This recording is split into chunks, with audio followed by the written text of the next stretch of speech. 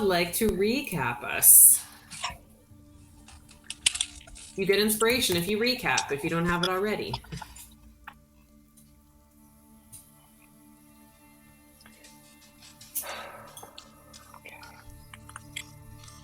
To remind myself of Okay. what's happening.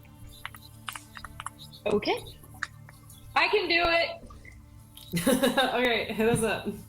Okay, so as I fill up the dog's bowl. So basically, last time we were in the middle of our second run through of fighting these vampires, vampire spawn to be precise.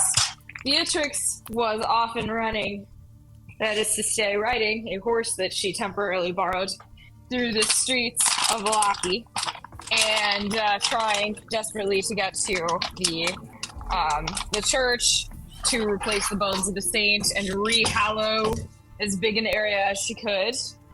And now I'm returning to my seat. And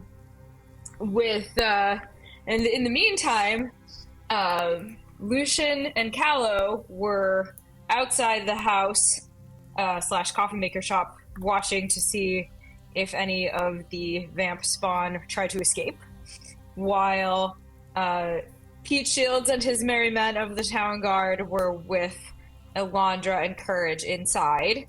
Courage having talked around Hope the vampire spawn to help. In the melee, miraculously, no one on our side was seriously hurt. One of the vampire spawn escaped. Lucian sent his familiar after it to track where it went. And the Hope the vampire spawn that was turned, Courage was able to have a private conversation with, because the Pete Shields and his merry men left to follow the one who got away.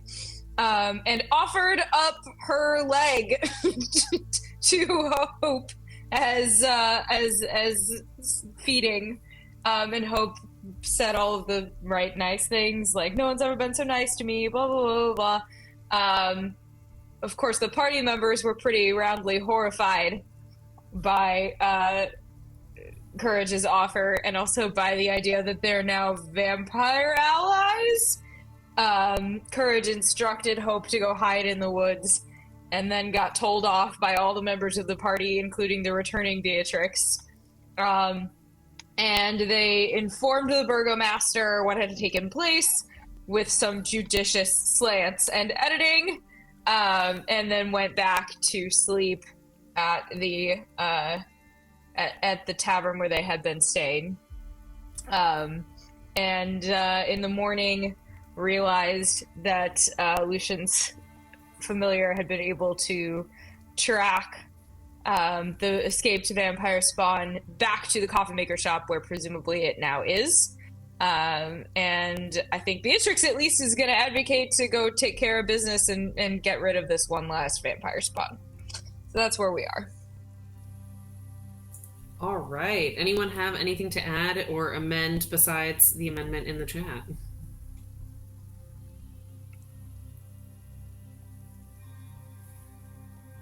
All right.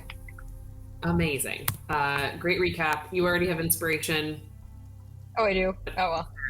You do. No, it's great. So now you just have it. So, feel free to use it. Inspiration, as a reminder, is a free reroll on a d20. All right. So you all are, I believe, having breakfast and deciding what to do with your day.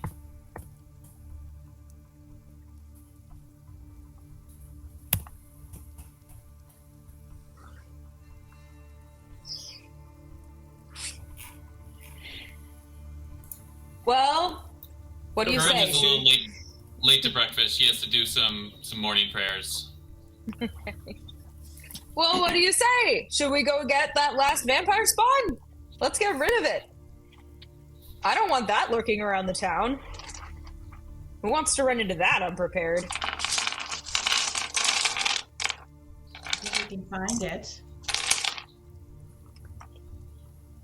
Carradine had reported that it went to a building where it was it entered inside for a while and then returned back to the coffin maker's shop.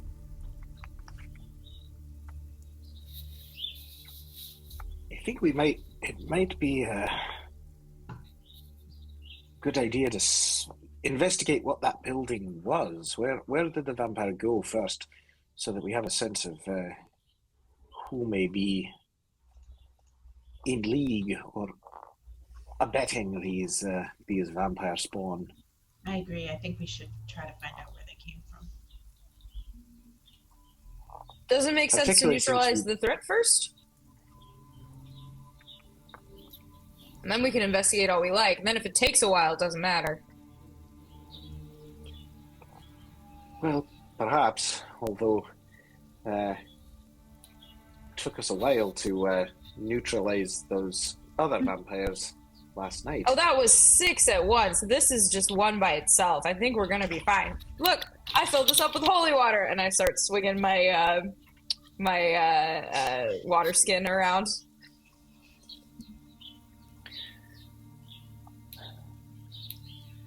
Was do we know whether your familiar Carradine noticed any activity around the coffin maker's shop?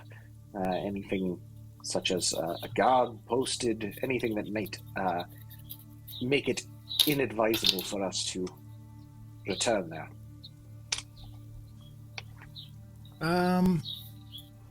It wasn't really what I had asked him. So I don't know how much. I don't know how much he can really impart. My orders to him were simply to follow the other vampire and then be able to kind of show me where he went. He probably didn't stick because he came back to report and found me back at the inn. I don't know if he hung out at the coffin maker's shop or the other. He was outside of wherever the other building was, waiting until he saw the other one leave. So maybe he saw something there, but I don't think he would have seen anything at the coffin makers. Yeah, I'd guess that he waited no more than 30 minutes, and when the vampire didn't come back out, I assume he reported back somewhere in there. Would be my assumption. Courage joins the table. Good morning, friends.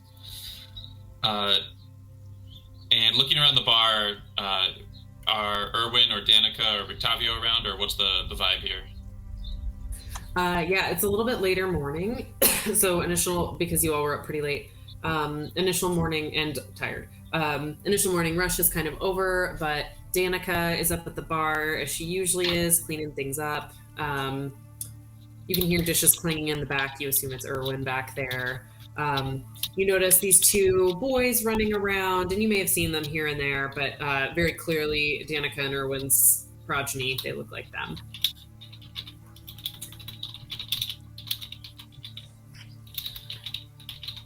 Rictavio's not here right now. Yeah. So, what's the plan? We're deciding whether to go to the place that the missing vampire spawn spent the night and investigate what it was doing there, or whether to go to the coffin maker shop and neutralize the threat first. I'm advocating that we get rid of the loose vampire spawn before we do anything else, just because in case it hurts someone, we've gotten it over with. And, the burgomaster made it very clear we're heroes, right? We can go and go be heroic at the coffin maker shop and get rid of this last pesky one, and then we can investigate to our heart's content. Well, yeah, let's do both. Which one's on the way to out west? Don't know if did we mark on the map where where Carradine followed him to, or we just kind of spoke about it, I think. Ooh, I can mark it on. I can do it on the whatchamacallit map, the Legend Keeper map. That's where I will put it once it's just loading. Locations, Valaki map. That's funny. Well, if there's a word after Valaki, it becomes Valaki in my mind. Interesting. It's still loading. Once it loads, it will add. If we do decide but, to I can go to the answer you, coffin which maker is that shop, both are to the east. Neither are going west. So you guys are like in the middle of town, and both of those locations are east of where you are.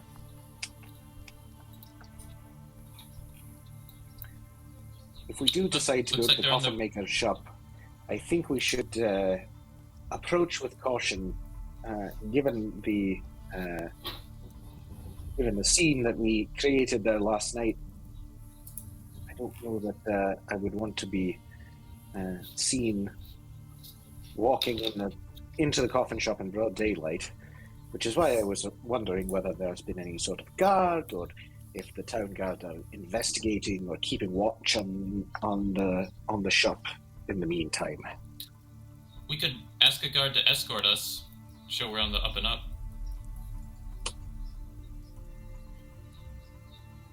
Sure. Are there any guards in the room? I There are imagine if there might be one in that area. That sounds like a good compromise to me. I mean, at the very least, we could just tell the guards what we know, and let them deal with it. I mean, it's one. They have daylight on their side this time. I don't know if it's necessarily our responsibility to have to kill the thing. We could simply report it to the correct authorities. Yeah. But don't you think we'll have a much easier time getting rid of it than the guards will? I mean, they seem pretty resistant to physical damage, which is all the guards can really do. And some of the guards just showed up with like wooden sticks. Yeah. That was weird. We could educate them in case this happens again. Give them some tools. Teach a man to fish, you know? But a lot of the effects that we had that really actually hurt them, other than holy water, are things that we can do because we have certain special powers or connections to the divine, not necessarily things that random city guards can cultivate. It sounds like we're not going to deter you, so let's go. Let's get this done. Courage will hastily finish another bite and then swing by the bar on the way out to ask, Danica, any updates on the wine shipment, or still missing? Oh, well, aren't you so sweet to ask? Good morning, sweetheart. But no updates yet. We still haven't heard a darn thing. All right. Hopefully we'll get out there today. Yeah, Oh, for that sure. would be so Right now. great, because we think we've got enough to get through Festival of the Blazing Sun, but we are not going to make it through Feast of St. Andros, and I just don't want to imagine what our very enthusiastic burgomaster would do if he didn't have enough wine for one of his important, especially religious celebrations. So we really appreciate this. No better way to force happiness. But yes, we'll look into it. I mean, certainly we can all agree wine is one of the greatest pleasures in this life, especially here.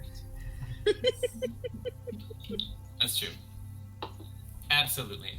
All right. We'll let you know.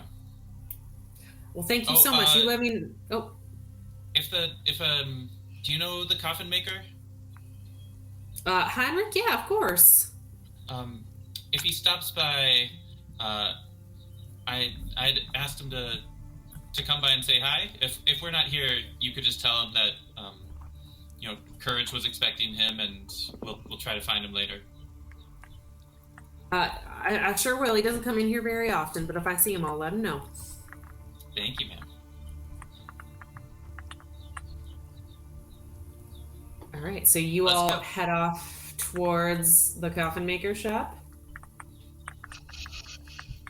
As we're walking, I will sort of casually be musing to myself, not necessarily saying to any one of my companions in particular, given the fact that it does seem that it is explicitly the duty and responsibility and job of the town guard to defend the town from various threats. If we are to take on this responsibility, perhaps we may want to inquire from the burgomaster whether or not some sort of compensation for these efforts would be in order. Just a thought. I agree. Sounds good to me. Great idea. Let's Callow. bring him a vampire head. Ask him for a bounty. Well, no, they did fall apart into ashes or whatever, didn't they? Oh, well, bring him some ashes. Does anyone have a camera? Maybe we get confirmation that we'll get paid first. If we are indeed thinking about asking for payment, that may be best to negotiate the terms in advance, particularly given the not inconsiderable risk to life and limb. All right, let's swing by the burgomaster. Okay. Do it. I'm glad I'm entertaining you, Jeanette. Life and limb. Definitely. Limbs. All right. If we're going to the burgomaster, I think we pass Blinsky's. Mm. And it does have a sign out front, right? Yes. Or I guess would Courage recognize it? And pass yes, it- you will directly pass it. Yeah. Does it look open? Yeah. I mean, as open as that building ever looks. Okay. Which is like, as in, it's one of those buildings that's like always open, but always looks unwelcoming. Maybe that's the word, because it's dark. Courage will... I'll catch up to you all. I'm just going to stop and ask Blinsky for something. But I'll be right there. Okay. Duck inside Blinsky, and assuming there's nothing unusual there, we'll ask him about the thing I messaged you about, Emily. Mm-hmm. Yeah, unless you want to RP it, we can say that, yeah, he's happy to do that. Could do it, I'd say, by the end of the day for a silver piece. Would be amazing. I'll leave the silver piece right now. All right, a prepay. He is so excited to have some business.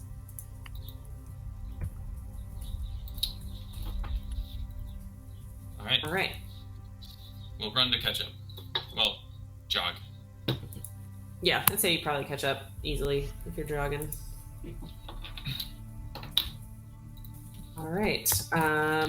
You all arrive at the Burgomaster's. It is quite busy this morning. You see a lot of folks coming and going, with a lot of twigs and sticks in hand. But unlike last time, where it felt more like the community is like participating in activity, people look nervous and wary today. You can see that they're like hurriedly dropping things off and racing back out and like ducking into buildings really quickly, etc. And it's not on fire? The Burgomaster's mansion is not on fire. Hey. Courage is surprised. Just checking out that top floor. Oh. Yeah, you look at the top floor. Yeah. I would say looking up there, you can notice, like, sort of as you're glancing, a subtle flash of purple light at one point. We'll nudge Callow and Lucian. He's at it again. I wouldn't have guessed him an early round. Well, no, this makes sense. He is insane. It's not that early. What? Yep, he's at it.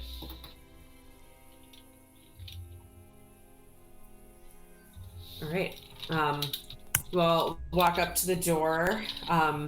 You're about to knock, and Vasha opens it up and is like, she looks very tired. And she's like, y'all are back again. Burgomaster is about to head out. Can let him know you're here, though. I'm sure he'll want to see you. Well, perhaps we'll walk with him. Sure thing. Well, then I'll just make sure he knows you're here. Can I tell him what it's about? The business from last night. We have a few updates. Oh, excellent. I'm sure he'll want to hear all about it. So you guys have a couple of minutes outside before he'll join you, if there's anything you want to talk about before he comes outside.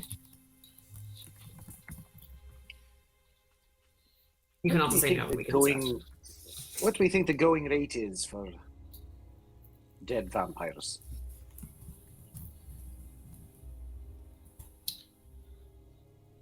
That's a great question.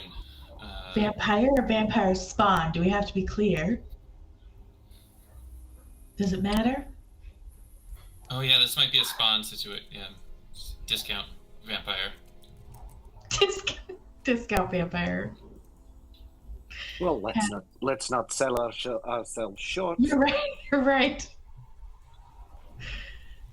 Vampire spawn present their own challenges as well. And, well, I guess, should we present it as, here's the situation.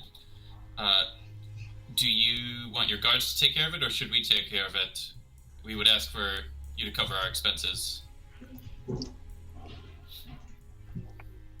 mean, personally, I'd like to see it done. Yes, I suppose if he's willing to, if he believes that the situation will be better handled by his guards, then by all means. They are very busy, though. This might be an opportunity where we can offer to take it right off his plate. He might throw a little bonus that way. Indeed, we should leave that option open. Yeah, what is a good bounty? 50 gold?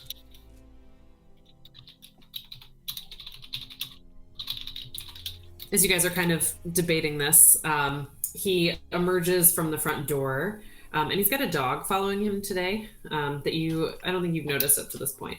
As in, the dog just hasn't been around very much. Good morning, my friends. It is excellent to see you on this beautiful day. I should note it is cloudy and foggy, as it is every day. Here you've got some important updates for me. Indeed, we were able to track the vampire spawn that escaped last night. It seems to have taken a bit of a roundabout path and returned to the coffin maker's shop.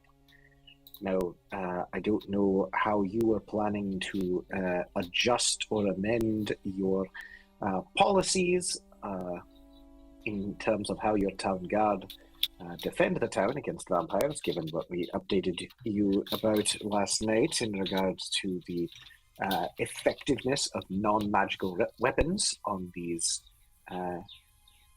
vampire spawn. But we may be willing to take care of this remaining vampire, if that would be something that you would find valuable to the management of the town. Well, I certainly know how to manage my own town. I mean, we have fired the person in question, who we believe to have been so negligent, and promoted Mr. Shields per your report. We appreciate that, but we've got it all locked down. We've got guards on site at the coffin maker's shop. We're checking every wagon that comes in through these gates very thoroughly. And we're ensuring that no one leaves without holy water. I'm headed to the church now, in fact, to work on creating some more. Very well. So you've got it all under control then. I do indeed. I appreciate you letting me know.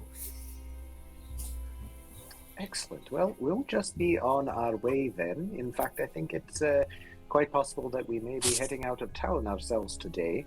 I'm sure we'll be back at some point, but for now, it's been a pleasure. I hope you won't be missing our festival tomorrow. You are the guests of honor, after all. I had hoped that you all would help me with the ceremonies. Well, we'll see how long our business out of town takes us. We will do our best to make it if possible. Well, I certainly hope you'll be there. We'll have seats for you. It's going to be quite the event. I'm sure. While he's chatting with Callow, Courage is going to try to nonchalantly give him a good look up and down, see if she can see if he's wearing anything that looks like a pendant of the Morning Lord. Go ahead and make a perception check. A roll? A roll? We do that.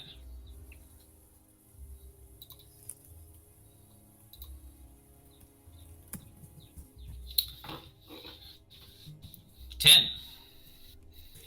You can see, pardon me. You can see he's got like a golden chain around his neck, but you can't see what's on the end of it because it's kind of tucked under this plate of armor that he's wearing. All right. Yeah, I'd say you can see like something pointy is coming off of it, but you can't tell what it is.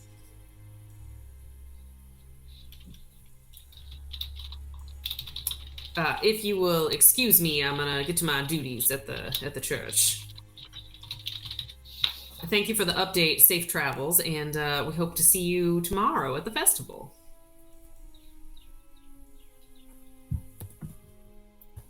Beatrix looks crestfallen. she wanted to smite some vampires so bad. I'm sad you missed it all. Now, I'm sure we can find something else for you to smite. The day is young. The day is young. So many things to smite. Does anyone have Jim Carrey in their mind right now, or am I the only one? Callow, I'm sorry, I blanked for a second. You told him about the house the Spawn visited too, right? No, I told him that the Spawn went back to the coffin maker's shop. I thought that, I said it was a bit of a roundabout route, but I thought we could investigate that house ourselves. Ooh. Hear that, Beatrix? Okay. Smiting's not completely off the table. Callow is quite devious. Well done. I know the rest of you have been rather forthcoming with this burgomaster in the past, but frankly, I still don't trust him. I don't trust his cheerful attitude. Let's get out of his house before you say more. You guys, he walked away. Walking? Yeah, don't worry. You guys are outside. All right. He walked the other direction. Yeah. Good. I don't trust his cheerful attitude. I don't trust his nonchalance towards the safety of his town, of which he has been charged with the protection. And I frankly think he is underestimating the true impact of the true threat of these vampires. Plus, if he is under the impression that his mandated cheerful attitude is indeed protecting the city from any sort of incursion by vampires, clearly he is sorely mistaken, and it's a bit disturbing that he doesn't seem to have noticed that himself. Well, Professor Callow, you might not be surprised to know, I suspect the feeling's mutual. Vargas did not look pleased, specifically at you. Well, doesn't bother me in particular. Again, as I've said, there's no friendship lost there. Just in case you two throw fisticuffs, do you want us to step in immediately, or do you want to signal? I don't intend to throw fisticuffs with the man. don't think he's worth the agitation, frankly.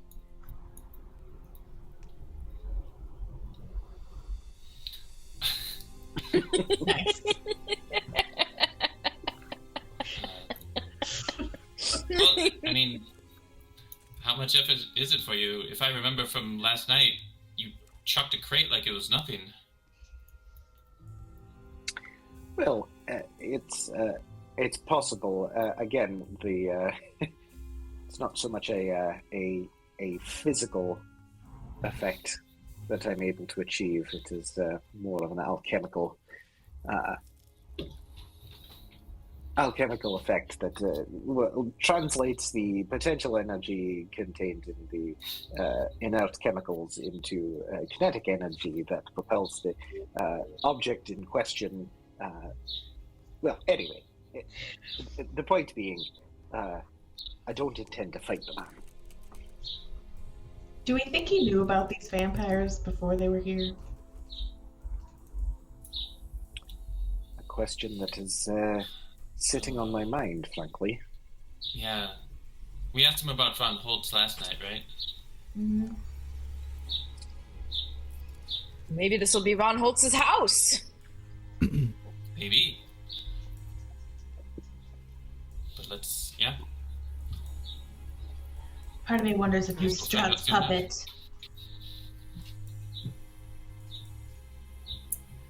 Yeah, you guys have all been walking, and Lucian, I kind of assume you're taking the lead on this since you saw Carradine's vision, his vision, and you all you're walking east in town, and then you take the main road north once you pass the Blue Water Inn. And you walk a good chunk of the way up it, so you guys have it's a pretty decent walk. Maybe 30 minutes. I would have to measure, but it's a bit. And you arrive at a home. It looks fairly well kept. It is clearly a home of someone with some money. It's nicer than most of the other homes you've seen, not the Burgomaster's mansion. Yeah.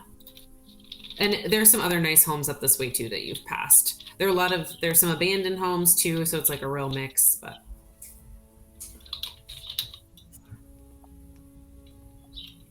Do we see anyone in the street? I would say once you got a few minutes up the road, people kind of disappeared. It seems very residential, and it's kind of the middle of the day. Thanks, Tom. Mm-hmm. Does the house look habited?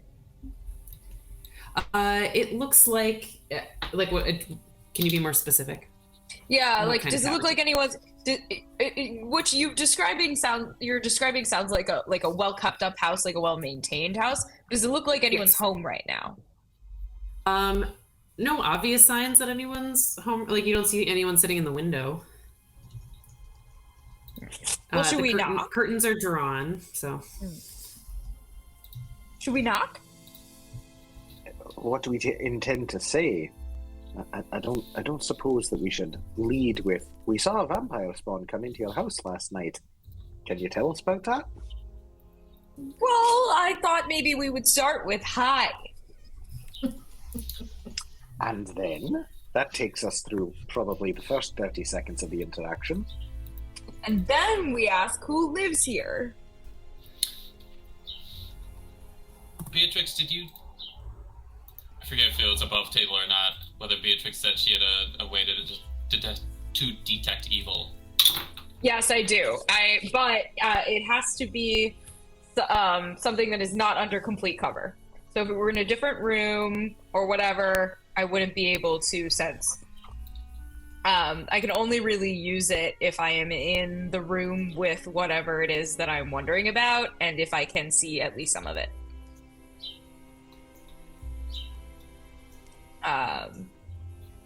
So I'm going to think for a second, and then I'm going to say, well, what if we pretend we're looking for a lost dog or something, or a lost cat? How do we explain all of us? Well, it's our dog. Wouldn't we be split up looking for him? Maybe we saw it go this way, Okay. and we're all really concerned. I found the dog. You're right. I found it. Miles is very concerned. Yeah. Yeah, not a lost dog. Beatrix, that sounds great. And I'm sure Shantae approves and will cast guidance on you. All right, I'm gonna go knock on the door, and I'm gonna have my shield of the Morning Lord sort of displayed pretty copiously. Are there any plants around that I can look at, Emily? There are a couple window boxes with some begonias in them. Perfect. I'm just gonna poke around a little. All right. Yeah, they look well tended.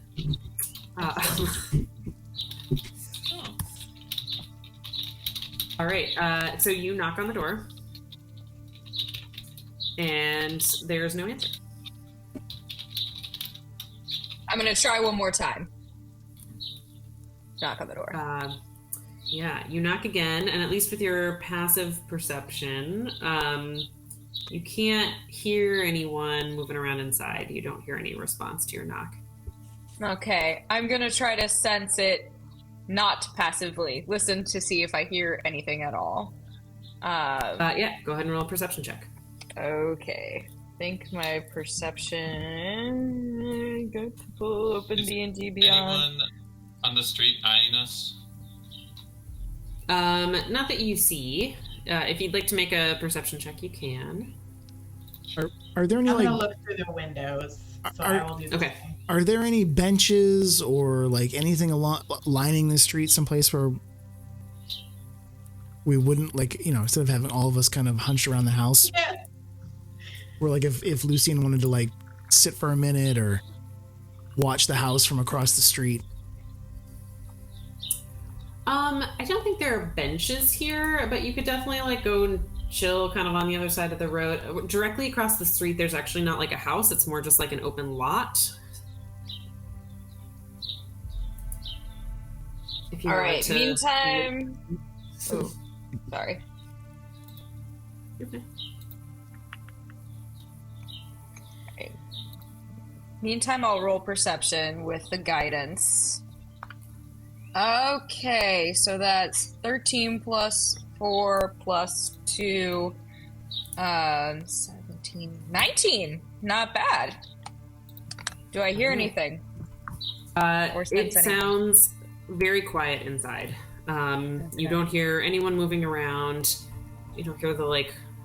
It's not really like an electric situation, but yeah, you don't hear anything. Elandra, you're trying to look in the curtain, like through the curtains, which are mostly drawn, but sometimes there's like little gaps. You can't see anyone moving. It looks like from what you can see through these windows, so you can see like a table where there's a vase that might normally hold flowers. You can see a pile of calling cards on that table, but nothing else that looks unusual. Okay.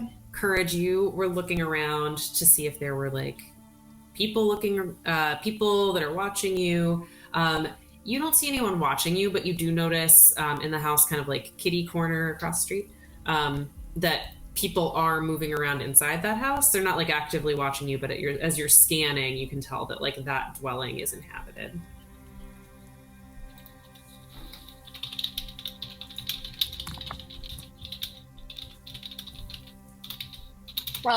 Does it look like... Is there a way to go around back of the house? Yeah, you can walk around back.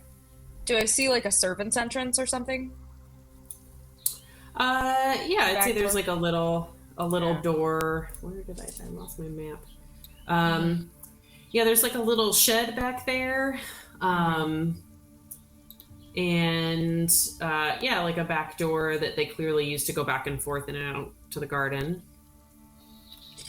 I am going to knock on the back door. Yeah, you wait a few minutes. No one answers. Okay. Does this door look sturdy? Sturdy? Yeah. Yeah, it's a good door. First question might be: does this door appear locked? Yeah. Do you try? That's really the. Do you try the handle? Beatrix never saw a situation she couldn't apply force to Glaive. unnecessarily. Glaive. Yeah, she's gonna try the handle. Okay. It is in fact locked. It's locked. Okay. I'm gonna see if do I have thieves? Does anyone have thieves' tools? I was gonna say, so- it's one. do. Yeah, so Yeah. Courage, you saw folks. Alondra, you're kind of looking in the windows. It looks like a pretty standard, nice, like merchant-y house. But Is there Lucian, you're anything, chilling in the field. Yeah, what are you doing, Callow?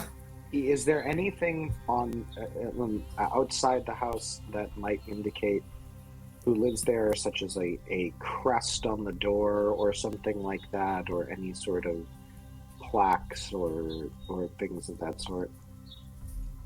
That is a great question. There are no such identifying things, but this is not unusual in Vallaki. It seems like none of the houses really have things like that, which isn't... Vallaki is a significant city in Barovia, but it is still small enough that everyone kind of knows each other, so...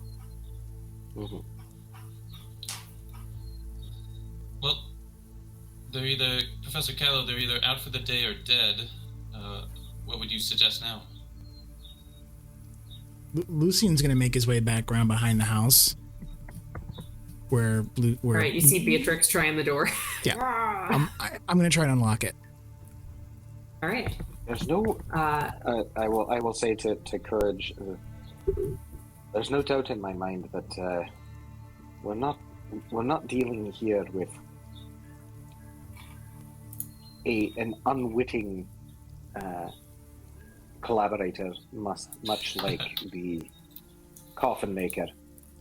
If the vampire spawn flew through here and entered this house, they must have been invited.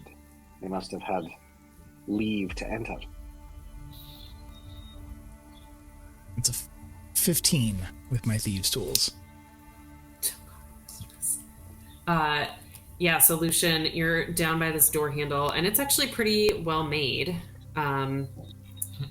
Sorry, I just realized, Callow, you were actually talking.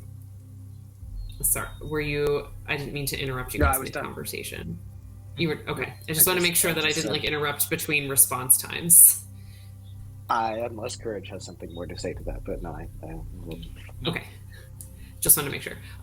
Yeah. So Lucian, you've done some lock picking before. It's not your first rodeo, but this is a more complicated lock than you're used to, so it does take you a little bit of time. But you eventually hear the click of the lock. You figure it out, and you just made the DC, and you hear the door open. So I'm gonna turn the knob. Does it open out or in? In. Usually on outside doors. Yeah, they do usually open in. So yes. Yeah. I'm gonna like crack the door and let it slowly go in and kind of. Here you go, Beatrix. Here you are. Thank you. I'm gonna walk inside. All right. Beatrice walks in, folks in the front. What are you guys doing? I think at this point, having seen that there's not much around here and not wanting to continue standing around the front, Callow will make his way back around to where he saw the others go. Would I have seen them come through, or would I have seen Beatrix come through the window that I'm peering through? You cannot see her where you are right now. Beatrix, let's open the front door. Let everybody in. You think? Yeah. Okay, sure. If you say so. But I want to look around before I make that call. All right. See if I see anyone inside. What am I seeing? What does it look like? Yeah, so you come in through the back, and you're in like a nice. It's like a not a mud room. It's like a storage / food prep room. Since it's right off the back by the garden, so you see some like potatoes and onions that are being stored in here. There are also some fresher vegetables that are in this room, but it's currently dark. That room only has one door, and that goes directly into a kitchen. Looks like all the dishes have been washed, like there are no dirty dishes sitting around in the kitchen as you're looking around as you enter the kitchen. Yeah, are there specific things you're looking for? I want to see signs of someone recently being in the room, like a snuffed candle, like food out, anything that would seem to suggest that someone was just here and hid. Yeah, go ahead and make an investigation check. Lucian, did you follow her? I'm gonna step in and just listen as carefully as I can to see if there's any noise in the house reacting to the door opening and Beatrix walking toward the kitchen. All right, go ahead and make your perception check. And I still have guidance, or was guidance just a one-time? Guidance was a one-time, I think. Okay, here we go. Oh, that's crap. Perception or investigation? Investigation. Oh. All right, that's a 10. That's not very good. 10s all around. Lucian, you don't hear anything besides Beatrix, and I'd say Callow's probably arriving back at the back door at this point. Yes, and I would start to make my way in. Beatrix, you are looking around, and you're like, yeah, there's no one here. Like, they could have left today. They could have left a week ago. I would say you know that it's not abandoned, but it also doesn't seem like someone hid with your 10. Okay. Elandra and Courage, what are you both doing? I'm trying. Would I have known at this point that they are in the house? Heard anything? Saw anything? Let's see. You've got good perception. I would say the fact that they haven't come back around yet, it would be easy to deduce. You don't see or hear them yet. All right. I'm just going to be a lookout. House, but... I'm just going to look out. All right. Courage, what are you up to?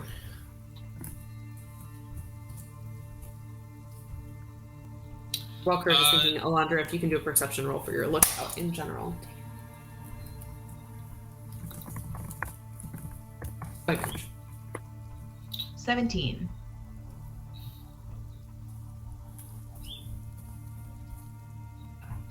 We'll just try to look nonchalant and similarly keep an eye out. All right. Yeah, go ahead and make your perception check, or you can give Elandra advantage if you prefer. Sure. It's a little Barney. It's a little Barney. Oh, He's Oh, hi, buddy. Oh, the little paw. he was upset because I tried to kill a bug. Oh. 14. 22 with advantage. Wow. All right. Excellent. All right, I'll come back to you guys in terms of like what you see. Yeah, inside folks, Callow, you have joined them. Beatrix and Lucian, you guys are sort of slowly walking through this house. Yes, I would similarly also want to make a very careful perception check. Just like I'm looking for signs of people. Like I want to know anything like that, and maybe also I'm trying to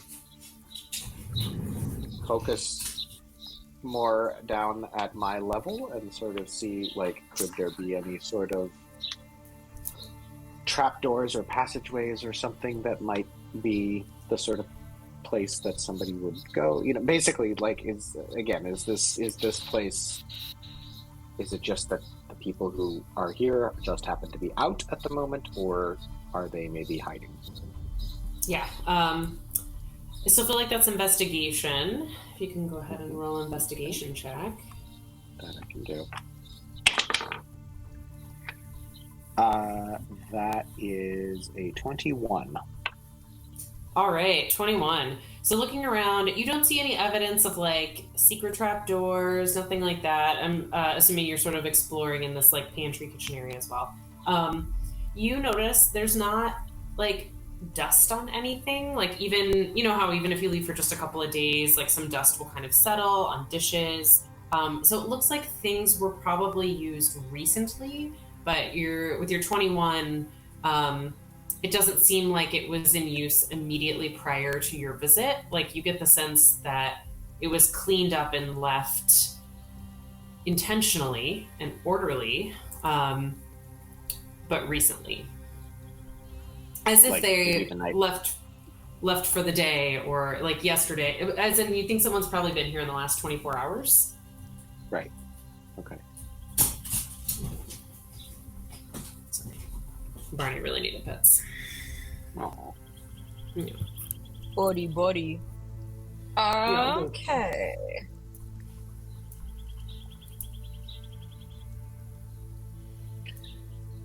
So as I'm walking from the kitchen into the next room, do I see anything that would indicate who lives here? Like a family portrait, a family crest, letters left out, I don't know, anything like that. Yeah, you and anyone else that would like to help her in the search, go ahead and either make perception or investigation. Just let me know which one you're doing and why you picked it. Outside folks. Can I keep my same investigation roll for a little while? Oh, it was pretty good. Yeah, if that's hard because I'm like, they probably don't want to keep their rolls, but you might. All right, man. I would say, like, if you're switching rooms, I'd say we're gonna roll a new one. Okay, that's fine. As we continue into the next room, if two of the three of you had good rolls, I'd let you keep on this since that's since fine. only you did. I'll roll it again. Okay. You got a lot of mileage out of that one. Nat 20! Oh, nice. 13. Sally, was that investigation or perception? I'm gonna call that investigation. So it's 21. All right, and 13 for you. Well. Investigation? Okay. Investigation, yeah. Yeah. 'Cause I got a Lucian, plus 7 you to following? investigation. Woo! Lucian, are you also investigating things? I think Lucian's just he's kind of looking around, trying to see if we're coming up kind of out of the kitchen. Like, what does the rest of the house begin to look like? Do we have like a sitting room? Does it move toward the front? Is there a staircase leading up? Staircase leading down? Those are the kind of things he's just looking for. Yeah. All right. We'll come back to inside folks. Outside folks. I would say, Elandra, you do see them start to come through into a big living area that's sort of beyond this entry room that you can see. So you can see their figures emerging, and because they're your friends and you kind of know how they look, like, it's them. Courage, you're also keeping a lookout. Some people walk past you. They just seem to be like going about their day, and I would say like they definitely give you like, what are they doing there look, but they will keep walking unless you choose to stop them. Nope. Good morning. Okay. Morning. Are you looking for anybody?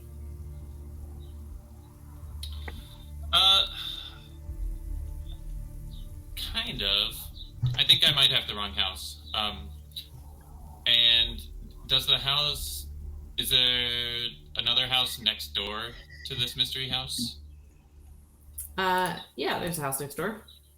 All right. I think it might be that one. Thank you. And Courage will go knock on that door. All right. Yeah, they will be like, well, hope you have a pleasant day. All will be well. And they keep walking. Does Elandra hear that? Yeah, you're standing right there. Just for the record, I'm just going to be really angry about it. Her eyes roll onto the ground. Deep sighs. Elandra is angry about all. Okay. Yeah, so Courage, you go and knock on the door next door. We go back inside. Inside, folks, you guys rolled well. You look around and it's almost weird how few personal possessions are in this home. It's almost like, you go to people's houses and it looks like they just tried to put together like a magazine catalog showroom. And it's like, but they might have like one personal thing. So you do see a portrait of a very handsome young man over the fireplace in this like clear, like parlor, living room, entertainment space that then opens further onto a dining room. And yeah, it's just like, he's blonde, has a great jawline. You don't recognize him. Like you haven't seen him around. He's got a little bit of facial hair, like a strong look. There's an artist signature in the bottom corner of the painting, but you can't really read it. It's just like swirls. Yeah, it's but you don't seem to find any letters or see any other photos or correspondence sitting around. You do find a pile of calling cards, which Elandra had seen on the front table, that say Lord Vasily von Holtz, Esquire. So all the calling cards say that? Yes. Like, it's clearly he leaves them there. Would be clear that you could grab them as you walk out the front door. As you walk out the door. So I, in an effort to, like, not make noise, am gonna sort of, like, wiggle my eyebrows vigorously at the other two and fan out the calling cards in front of me and go, "This is it."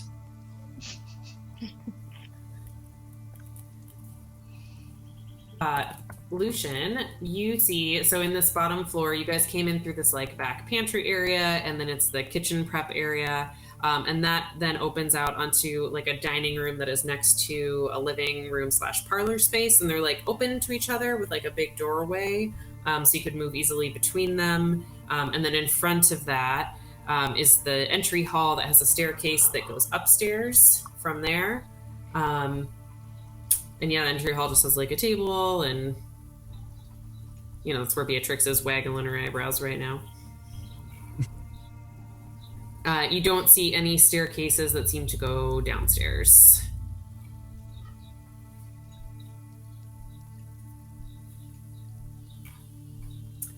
Courage, you knocked on a neighbor's door. No one answered. Huh. What would the next closest house be? Across the street? Yeah, you did see people in the house across the street, or kitty corner.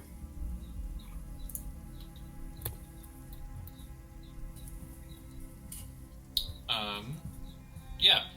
Go knock on that door. All right. This one you do get an answer at. Well, hi there. How can I help you? All will be well. My name's Courage. All will be well. I've been helping out the burgomaster with some stuff. He asked us to just check around the neighborhood, see how everyone's doing, see if you've noticed anything strange. And so that's what I'm doing. Well, aren't you so sweet? I'm Brigida. It's wonderful to meet you. Yeah, I don't think I've seen you around town before. Are you just visiting? I'm actually from out of town, a bit of an adventurer. Well, what a surprise. We don't get that many out-of-towners here. It is a little out of the way. Sorry, what did you say your name is? Brigida. Brigida. Well, Brigida, it looks like you're busy. Maybe you have some company here, so I don't want to keep you long. Anything come to mind, though? Anything bothering you? Anything you've noticed, like noises at night? No, I don't think I noticed anything in particular. Not recently. We got the festival coming up tomorrow, so people have been getting ready for that. But otherwise, I'm just going about my day. I know Lord Von Holtz left this morning, but that's not that unusual. He comes and goes quite a bit. Lord Von Holtz, does he live here? He lives over there, and he points to the house that your friends are in. Okay. And you say he left? Yeah, I saw him packing up his horse this morning, headed out of town. Well, good for him, It's a great day for a bit of travel. It is, and he's so busy, and he's just so charming. Everyone loves him, so I know he's got business in Kresik all the time, so I'm sure he was just headed there. Hopefully he'll make it back for Feast of St. Andrew's next week. We'd love to have him. We all love him in town. Or even the festival tomorrow. How long, when he heads to Kresik, does that usually take? Oh, he's usually in Kresik for a few weeks at a time, because he's got a business there as well. Well, I wish he had let me know. Are you friends? I haven't met him yet, but I've heard good things about him, and I was trying to get a hold of him. It looks like I just missed him. You did. You just missed him. He headed out early this morning. Wow. Well, Brigida, this is very helpful. I'm so glad that everything's going well, and praise the Morning Lord. Well, I hope all will be well with you today, Courage. Thank you. It already is. Excellent. You have a fine day now. Mm-hmm. All right. She'll close the door. Inside folks, what are you guys doing? Callow is going to take one of those calling cards and pocket it. I will do the same. What about you, Lucian?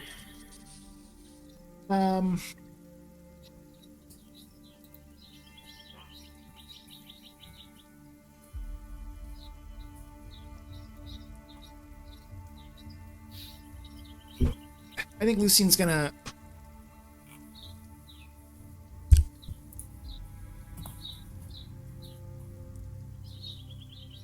Lucian's gonna cast a detect magic. Ooh. But this is one of the things I get because of my feat. So it's a ritual spell, so it's gonna take about 10 minutes. So before he does, he's gonna ask everybody, do you think we have enough time? Or are you looking to get out of here like ASAP? It doesn't seem as though anybody's in the house, but I'm not sure. Somebody could be somewhere in the house and potentially returning soon. It just strikes me as very odd is that this is where the vampire came and now there's nobody here. So either it was giving warning to someone who has fled, or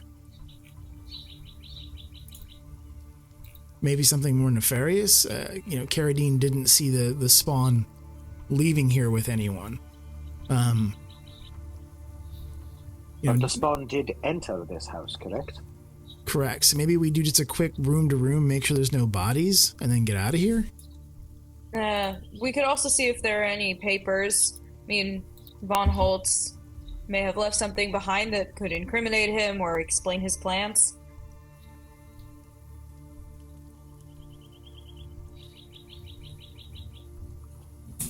Yeah, I think I just going to I kind of want to just the other rooms. I'd like to do just like a room to room search then.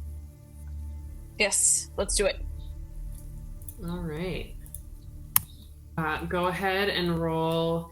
If you're doing more of a we're going to open a door, glance around search versus an intense rifling. So the first one would be a perception, second one's investigation. So go ahead pick your poison. So an investigation will take a little bit longer, obviously, than like opening a door and like giving the room a good look-see. Yeah. So, Elandra, I forgot to ask you what you would like to be doing during this time while they're doing their rolls. I think I'm outside just keeping watch, waiting. Right. Not really like in a lurking mode, just more like hanging out, making sure no one catches what's going on inside. All right. Yeah, and you rolled that real good perception check for this period. So I would say, you see the things that like Courage is doing. I would say you pick up a good portion of her conversation with Brigida. Perfect. Yeah, and in hearing that, you also kind of look and you notice there are some like hoof prints. They're like, oh yeah, there are hoof prints here that look somewhat fresh. You're a druid, you know these things. Mm-hmm. The horse. Do I notice anything else out of the ordinary, or like that wouldn't seem typical? No, I don't think so. It seems like a pretty normal day, a quiet residential street. Yeah. Okay. All right, so we've got Lucian with a 9 investigation, Callow with a 17, Beatrix with a 19. So you all head upstairs. That was the plan. yeah, just kind of search Well, each. we would want to check each room. So if there's other rooms downstairs, we'd check those too. Yeah, you guys have checked the rooms downstairs. No personal effects. You head up the stairs. There's like a long hallway. It's got like a nice carpet runner down the middle and windows. It branches off to the left and then has a little closet at the end. In the closet, just some linens. You walk down the hall. There are bedrooms on both sides. You guys go through them pretty thoroughly. It seems like by the end of your search, Lucian, you keep getting distracted. What does Lucian, how would you explain Lucian's low investigation roll? Lucian, sorry, I'm sorry, I keep saying it wrong. It's okay. I think he's nervous that we cracked open a box and 6 vampire spawn came popping out at the coffin makers. He's worried that we're going to disturb something here that's going to have a similar response. So he's more watching for anything that looks like it's going to pop out than really trying to figure out like what's around him. Amazing. So Callow and Beatrix, between the two of you guys, while Lucian's sort of like nervously jumping at everything, you get the sense that this is probably not Vasily von Holtz's main residence and more like somewhere that he stays for shorter periods of time, and that to the extent he has personal effects, he must bring them with him. Like you find a couple of suit jackets in the wardrobe that he clearly keeps here, as well as like pretty standard garments. You get the sense he's probably like tall and well built, like Vargas, but you don't find anything especially personal in any of them. I have to is there a crest? If there's a crest, it's on the card. I have to double check if I have one, is the question. Yeah, I'll find you all a crest and send it to you. Yeah, but otherwise, like, you really don't find much. There's like blank parchment and quills, but again, no like written letters, nothing in the wastebaskets. It looks like they cleaned up with the intention of like not being back for a bit. I'm gonna ask Lucian if he knows which window the vampire spawn climbed into. I'll let our DM decide if Carradine gave me that much info or if it was. Carradine saw the vampire going through the front door. Why did I think it was a window? I don't know. Okay. Interesting. All right. I guess we should go home. Or Well, we don't really have a home here, do we? Oh, boy. We should go find the others. Does anyone see... I think on my way out, I'm going to look specifically for anything that looks like a trapdoor in the floor. All right. Just in case. Yeah, I'd say, like, especially while you guys were walking through with these pretty thorough investigation searches, you do not see anything. Okay.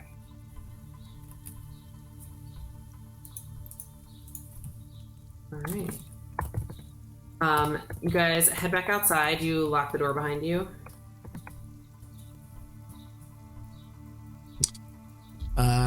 Yeah, I'll try and return it to its original.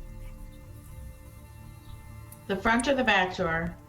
The I back. assumed you guys are going through the Okay. back. All right. Yeah, you head out, and Elandra and Courage chilling in the front. Courage, I assume you're walking back from across the street at this point. Sure. Yeah. Okay. And we have been on for about 2 hours. If you guys want to decide where you're headed next, and then we can take a break. Yeah, let's have that chat. Well, it seems clear that Von Holtz is in some way involved in this, but he doesn't appear to be in at the moment. The neighbor says it is Von Holtz's house.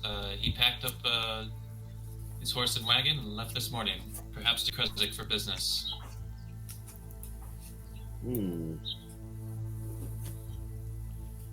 Well, there may not be much more that we can do here with regard to Von Holtz. Yeah, I didn't ask if we could, which way he went or how long ago. I don't know if we could catch him. And I don't think really that the word of Lucian's familiar will serve as sufficiently incriminating evidence were we to discuss it or reveal it to the Burgomaster. Agreed. Particularly Anything given inside, how like- influential Von Holtz appears to be in this region. Was there anything inside, like orders from Strahd or a pile of bribe money? Absolutely nothing. There was very little. It appears, in fact, that this may not be his primary residence. Maybe simply a place that he stays when he has to be here in Vallaki. Yeah, the neighbor said sometimes when he goes to Kresnik, he'll spend weeks up there. Well, actually, I don't know if Courage would know this. I think we're close to the Watcher House. Wachter? Wachter. Wachter. Anyone else hear that voice? This is a passerby walked by Wachter. And there's a 2-hour wait at Mintmark. There you go, I got it.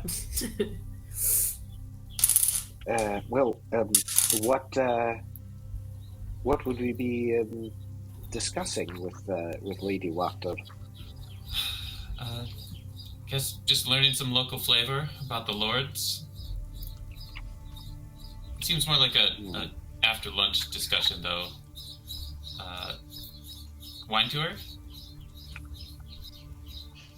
Perhaps. I think we may want to approach a conversation with somebody like Lady Wachter with more definite questions in mind or things that we want to know.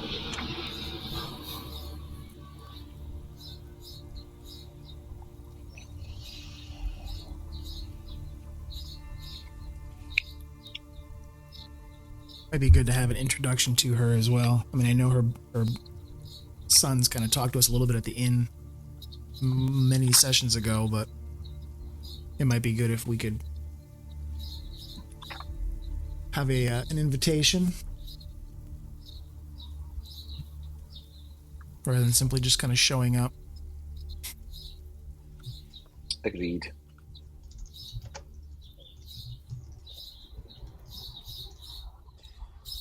Well, it seems as though we may want to find some new environments. Perhaps go after that wine. I could do with some time outside of these walls. I think I'm getting rather tired of the city, if I'm being honest. And I guess I had assumed we'd walk in, but if Van Holtz took a horse, maybe we could. Do you think, did Courage notice any kind of stable at the Blue Water Inn? There is no stable at the Blue Water Inn. There was a stable by the stockyard, where Beatrix grabbed a horse the other day. Yesterday. Yeah, she rode the Ichabod Crane horse. And I'd say we there ask was one other horse tied up there.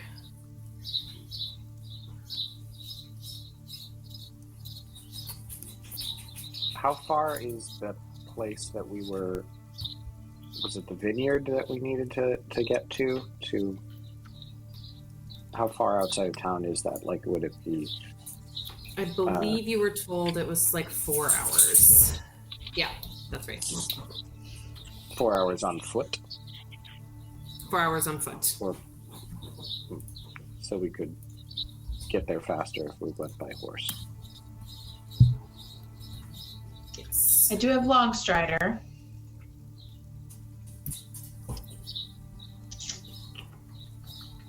Well, one of us could get there quickly then. Yep. Do we have a horse in the wagon? Or you could put it on Callow and he can keep up. Poor Callow. I mean, what are we going to do when we find this wine? Or, I mean, we need a way to transport it, yeah? Horses would help.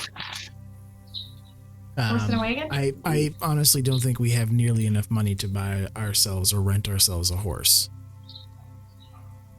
I mean, we did kill vampire spawn. I think that we could just ask for it. Yeah, or we could, it's Blue Water Inn property. We could ask them first since we're right here. Yep, I agree with Beatrix. Let's do it. See if they have any horses. All right. Do You you all all think we need head back. something to barter? Or do you think they'll just give it to us? Well, it's their task anyway. Yeah. At the very least, they might have suggestions. Perfect. All right. You all head back towards the Blue Water Inn to inquire about these horses. And we will go ahead and take a 10-minute break.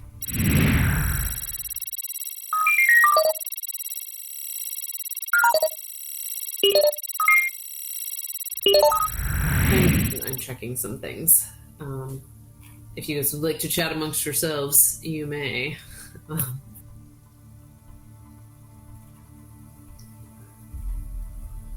Tom, you're muted.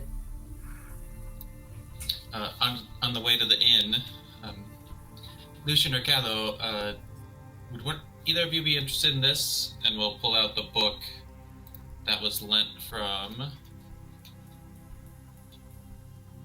Scroll back up. There we go. From Father Donovich in Barovia. Let's be honest, I'm not going to read it. It's pretty thick. What is the book again? It's called The Blade of Truth, The Uses of Logic in the War Against Diabolist Heresies, as fought by the Almas Inquisition.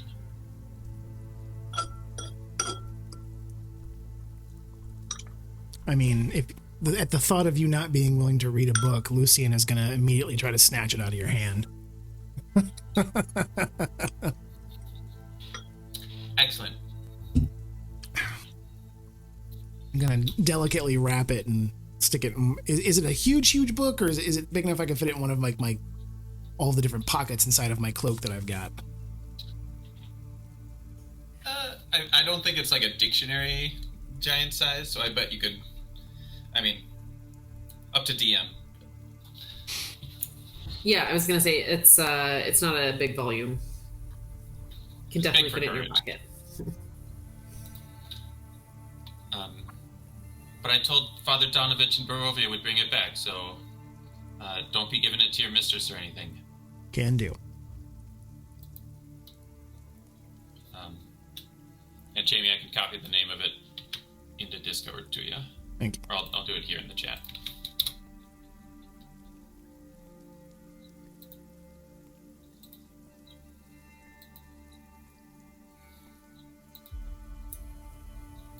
All right. You all arrive back at the Blue Water Inn. It's getting closest to lunchtime now.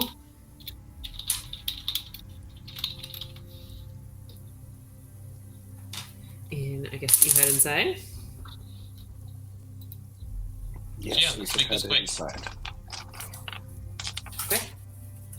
Danica's at the bar. Danica, quick question. Of course, dear.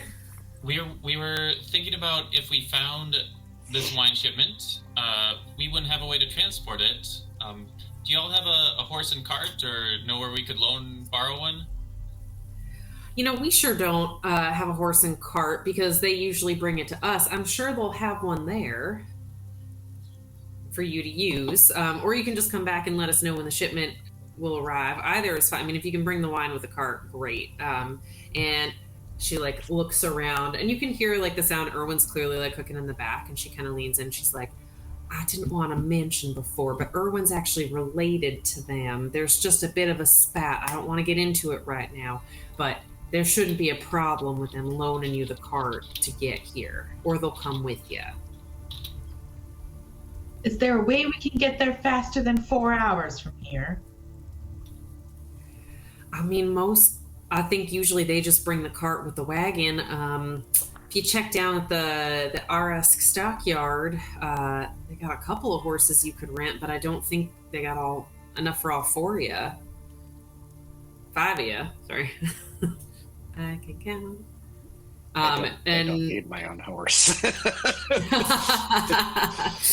And I wasn't sure if Ismark and Arena were going to join you as well. They're welcome to stay here while you're gone, depending on what you'd like.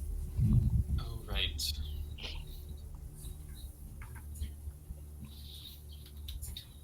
Well, what do we think? Oh, Danica, any idea what they might charge for borrowing a horse for a day? Ballpark, a gold, a silver? Well, How much could a banana cost? how much could a banana cost? Well, the thing is, unless you've got some pretty serious collateral to put up, given the significant risk of not bringing it back, I believe they're going to make you pay for the horse, and then they'll just refund your cost when you return it. Probably minus a gold would be my guess.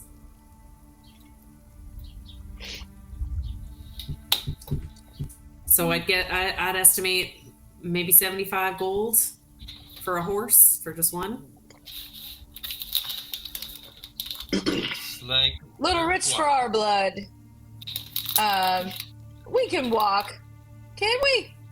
We're just wasting time talking. We should get moving. Let's hit the road. Pack some sandwiches for y'all. Well, thank you. That's so I was kind. going to ask just about that. That's so kind. Alright, fill our water makes sure to skins. grab 2 of the sandwiches and stuff them in his waistcoat pocket. Speaking of food, Emily, the pasta was delicious. Oh, good. I'm so glad you liked it. We literally just had it for dinner on the break. What kind of pasta? It's TikTok pasta, as in it was that recipe that got really famous on TikTok. I didn't know this. I found the recipe first, and they're like, this was so it's like feta cheese and tomatoes and spinach, they use spinach. I used arugula, some lemon in there. Oh, my mom used Very to easy. make a pasta like this. It's really good. Yeah. Yeah. We It's have super leftover delicious. pot pie. I had some pretzels with peanut butter in the middle. All right. Courage doesn't have a water skin, so she'll just drink like a pitcher of water, chug it. Look. She doesn't have a water skin? Does she want one? Not right now. We'll come back to it later. Okay. But she warns the party, like, I am gonna have to make a stop to pee soon.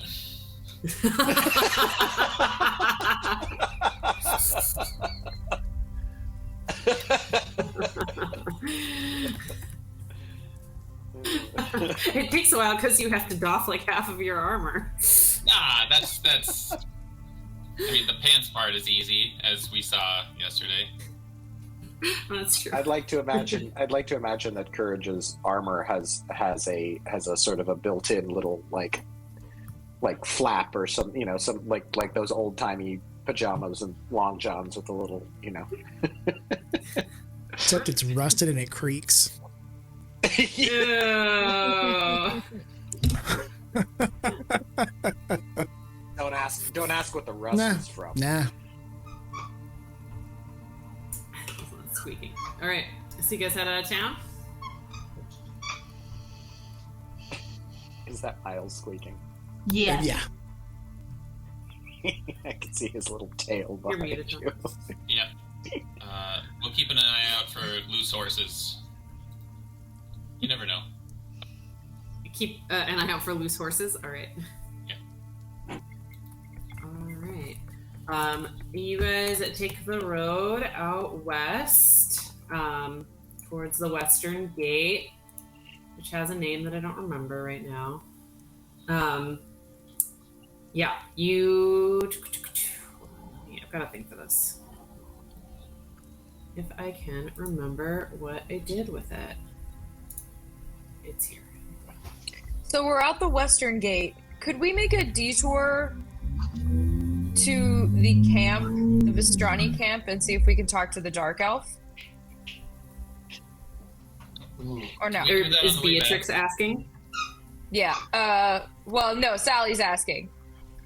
Beatrix can ask after Sally gets her answer. Connor is asking, let's stay a little focused. Okay. All right, maybe Beatrix will suggest that on the way back, we could check out the Vistrani camp. All right. Great idea. Didn't even know it was there. I was wondering, I couldn't remember if I told you guys, and I was like, I swear I told them where it was. Like, generally, they at least, like, know it's out west of the town. And I was like, anyway, I'm glad you remembered. It's really great. Okay. Let me get all the things. Yeah. So as you guys head out of town, you see, you're like about to. Can I glance at St. Ambrose Church as we walk by? Sure can. What's happening there? So right now, it doesn't look like there's service or anything, but Milo is out front doing groundskeeping work, what groundskeepers do, and he'll wave at y'all as you walk past. We'll wave back excitedly. He gets a rare smile. Like you guys haven't really seen him smile yet, except when he saw Courage in her vestments. And that's the only other time. I like the way you said vestments. Yep. Like there's a lot of layers to that. Or actually layers to it, really. I was looking for reactions. I was looking at Tom, and he's just like, It was so good. Yeah. Yeah. Otherwise, looks pretty chill at the church. All right. As you're heading out the gate, you are stopped. Pete Shields jogs over to you and stops you and is like, "Hi, y'all. I just you're headed out of town?"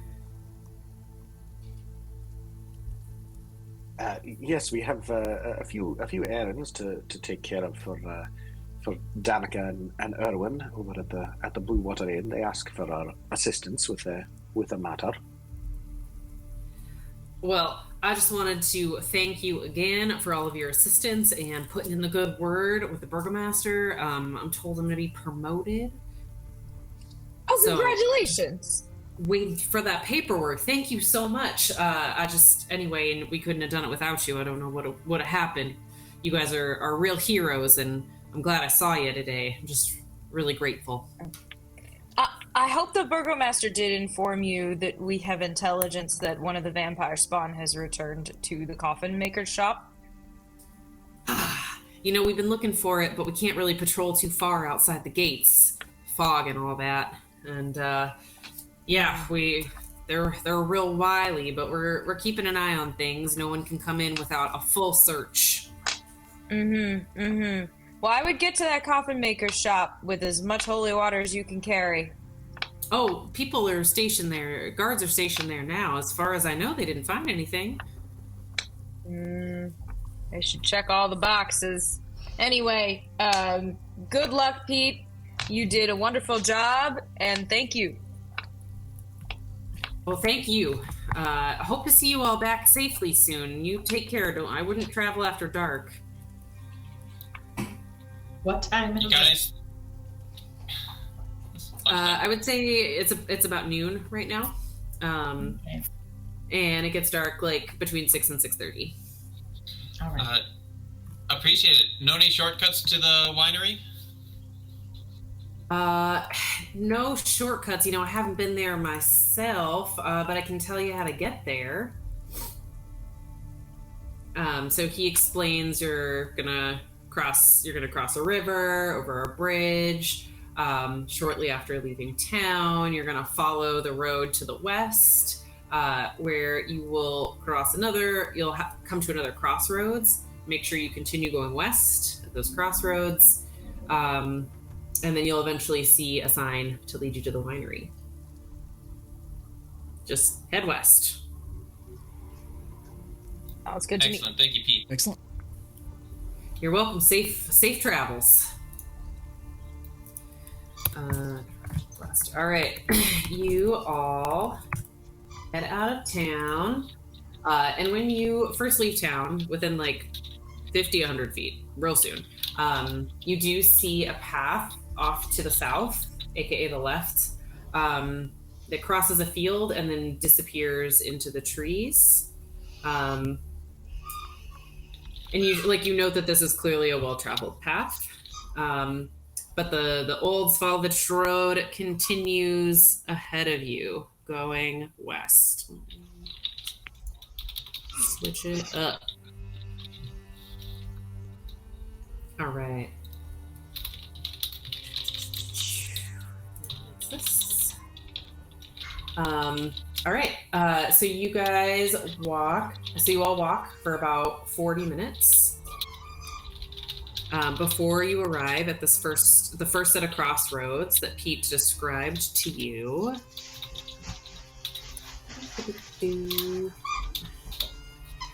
So the road comes to an X intersection with branches. He's really going for it. To the northwest. He sounds like northeast. he's feeling pretty good. He's feeling fine right now, y'all.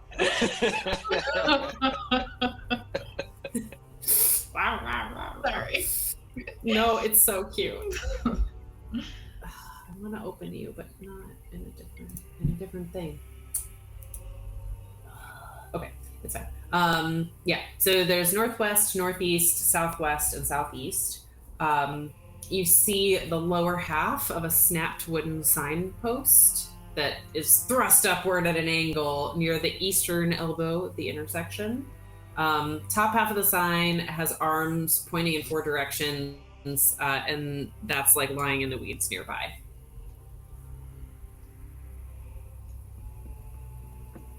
I'm gonna grab the top half of the sign. All What right. does it say? The top half of the sign, well, as you grab it, you look to read it, and you hear caw, caw, caw, caw. And 2 large swarms of crows come to attack you. And we're gonna go into initiative. Do I have the right map here? Man, I set this up a long time ago. Let's stop opening boxes and stop picking things up willy-nilly, please. All right. So I shouldn't touch anything ever. Oh. Thank God, I have to get my dice. Oh, wait, I'm in the wrong scene. I'm sorry, y'all. I was like, where are my monsters? There we are. Here we go. This is what it looks like. We've already defeated them. Now we go back. And they had just enough experience to make us 5th level. Ooh, is the map showing up for anyone else? I got a map on tactical mode. Yep, I've got I it. have a map. Excellent. All right. I see a bridge. There we go. Yes. Okay. Would I be able I'm to just gonna- communicate with these crows? We can find out. Okay. Do you have the red spells? Yeah, I'm just putting your tokens on the board. You guys put them where. Beatrix, you're the only one that we. Let's see. Yeah, once you show up, we will. Oh, there you go. It says ravens, but they're crows.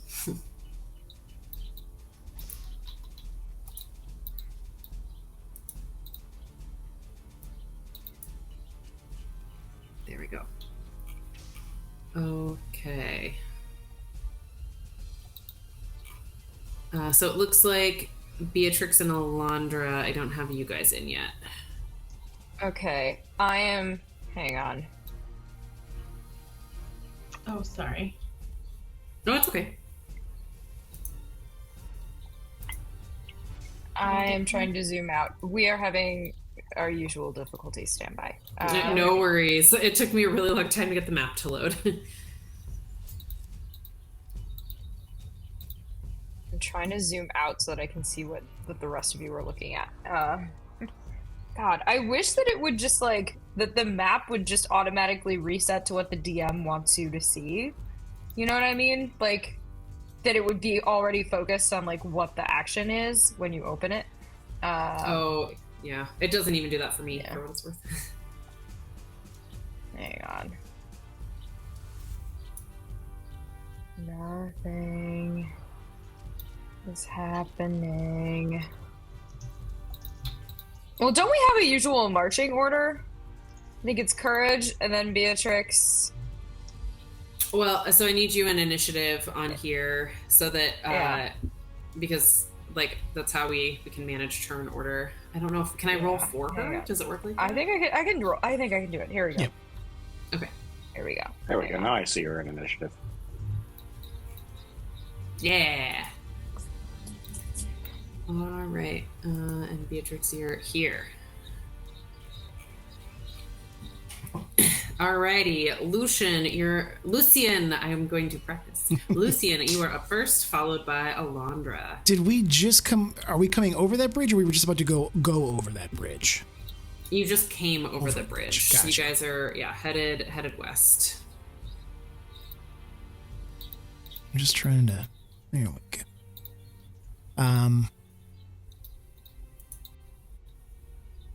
5, 10, 15, Okay, I got it now. All right. 20, 25. All right, so Lucian's going to move to there. I'm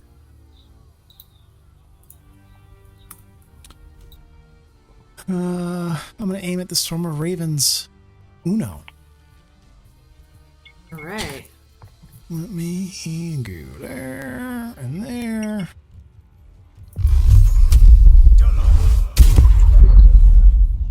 Cool. So that's a 25 with 8 damage. 25 20 definitely hits. Alright, just double checking. What kind of damage? Is force damage? It's force Is that right? damage. Yeah, Eldritch Blast is force. It's awesome damage. It's awesome damage. All right. Yeah. What does your Eldritch Blast look like today when you're shooting at these technically crows? So again, it's that it's like shadow kind of spins around his hand, and then he reaches out and points, using the word dolor or pain, translated from the Elvish, to fire off and slam it into the group that's just to the right of Beatrix. All right, and you see like a couple of that as your blasts hit them. You see a couple like sort of fall out of the sky. They're not dead, but they like recover and kind of fly away. All right. Anything else on your turn? No, I'm gonna stay right there. All right. Elandra, you're up, and then it will be the Raven's turn. So I think I am going to use. I think I can do this. So correct me if I'm wrong here. Summon Beast, and do air, and maybe get like an eagle or something larger than a crow, and see if I can't use that. Not familiar with this spell. Hold on. I'm gonna look it up. Sounds reasonable. It says I can summon an air beast. This is fascinating. How have I never heard of this spell before? Basically, it's a bestial spirit. Spell. Yeah. Okay. Within range. Use the bestial stat block. Do you have the stat block, Jeanette? What does that mean? It's in D&D Beyond. So if you click on the spell, that little how it pops out on the right hand side in D&D Beyond. If you scroll down, you'll see where it says bestial spirit, small beast, armor class, hit points. That's its stat block. So when you roll, you need to use what's in that. Okay. Yeah, I'm trying to send it to you too. I'll do it just in Discord. I'm just okay. Great. There you go. Okay. Yeah, you can absolutely do that. Points 20. Let's see if I can add it as an NPC.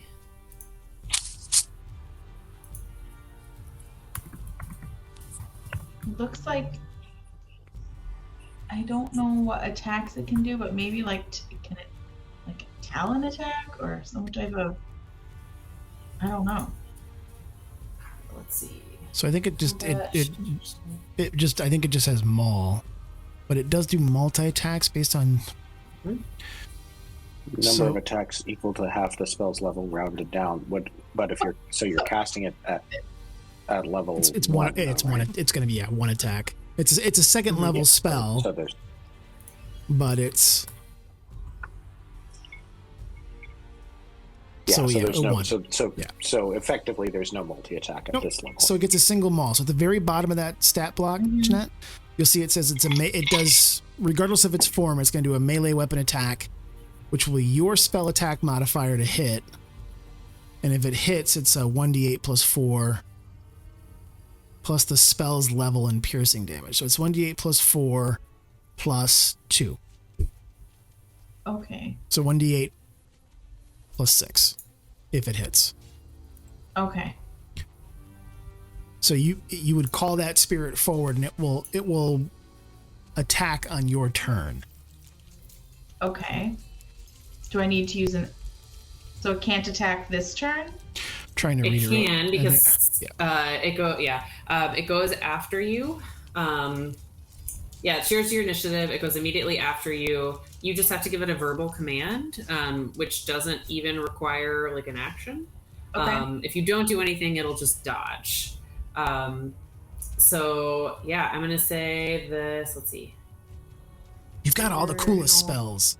This is like so. I'm just like this seems overpowered for this level. What am I missing here? Where would you? Oh, here. I'm gonna put it here, but you can move it around in just a second. I can let you control it. Okay. Here you go. Okay. I just put an eagle in there since you wanted a flying spirit, but okay. This is an addition to my turn. So that's your action. To cast that spell as an action. Okay. All right. So you technically but on subsequent turns, I can do both. Correct. You can do your action and then it goes. Yeah. Okay. You do still have a bonus action and movement if you would like to use any of those things. Okay. Sorry. I need to get my brain in order here. So if I cast this eagle, can it attack on this turn or not? Yes. It can. It goes directly after you. After you. Got it. So I need to do something first, is what I'm So hearing. your something was to cast the spell and call this thing Yep, forward. That's my action. Yep. I don't think you have a whole lot of bonus actions. I mean, I can As a wild druid? shape as a bonus action. You could. If you would like to wild shape, you can. I don't know that I need to quite yet. So I will just get Do you want to move? I might move a little further away because I think I can do this within 90 feet. Yep. All right, so I'll move over here. All right. And what's the command that you give to your creature? Yeah. Sick balls, Chopper. Sick balls. Does any? I know I'm the old man in the group. Does anybody even know what movie that's from? Anybody? Stand by Me. I think Tom was saying it in the other room. He was just muted. It sounds familiar. So my mother showed us that movie. She didn't remember how scary it was, and we were like 11, 12. She just remembered it was a movie. It's a Stephen King story. Yeah, and showed it to us, and it scarred us all for life. But I don't remember that part specifically. I just remember the body with like the flies all over it. Ooh. Ugh. Yeah. So what is the command you give to your bestial spirit? I think I might say something like swoop and strike. Feels good to me. Yeah. Swoop and strike. I love it. Okay. All right. Air spirit. Swoop and strike. As she's screaming that, Lucian's going to try and make eye contact with Callow and be like, "Can those be our nicknames?" From now on, swoop and strike. Shake and bake. All right. Nick, what? Who? I don't know Nick. Nick, what did you say?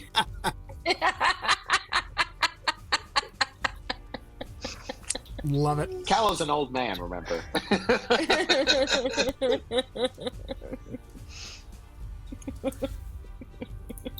Callous an old man. What? What did you say? All right. Well, it is the eagle's turn now, or the air spirit's turn. Okay.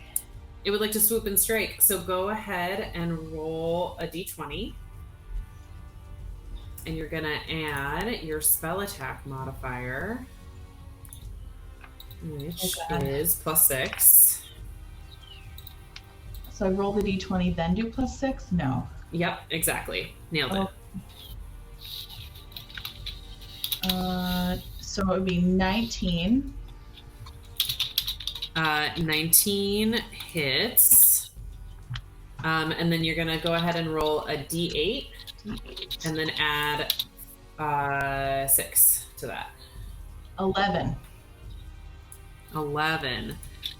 All right. So you see your bestial spirit fly up into the air, like fly up a little bit higher into the air. And then he swoops down and strikes some of the crows, attacking these guys, I'm assuming. Mm-hmm. Did 11 points of, so it's 11 points of piercing damage. His big beak pierces in, but they definitely take some damage, but don't seem as hurt by it as other creatures might have, because they birds. All right. That's not really the reason, but you get the idea. All right. But yeah, a couple more kind of fly off as the swarm gets a little bit smaller. Okay. All right, it is their turn. Right, I think that's all we can do. I'm not looking at the right thing. I don't think your bird does anything else this turn. I don't think so. All right. Excellent. It is the crow's turns. So the first ones, I'm gonna bring them back. All right, there we go. They start to swarm you, Beatrix. They are both gonna attack. Let's see.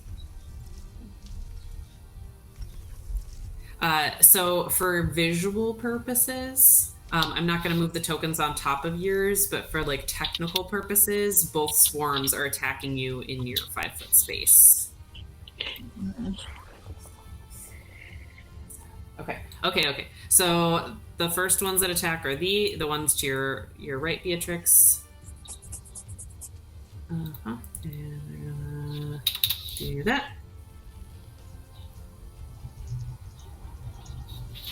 But what does it look like when what does Beatrix do to successfully avoid this attack? I think she's going to put her chainmailed arms up in front of her face and kind of like push out with her elbows, kind of like, because the only part of her body that isn't protected by chainmail would be like her face and her hands. So she's kind of turning her hands in, pushing out with her elbows, and kind of covering her face and getting them out of her way like that. Definitely some claws are getting in your hair, but you successfully prevent them from doing damage. Now the second swarm is gonna go. They're gonna attack you.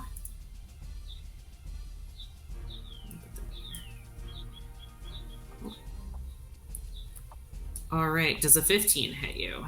I don't think so. Nope. You're 18 EC? Yeah. Uh-huh. Nice. So I keep doing the same thing. Yeah. And I might also be sort of going, ah! Not like out of fear, but kind of out of frustration. Like I'm annoyed. Like, ah! Stupid crows. Yeah. All right. Courage, you're up. Callow, you're on deck.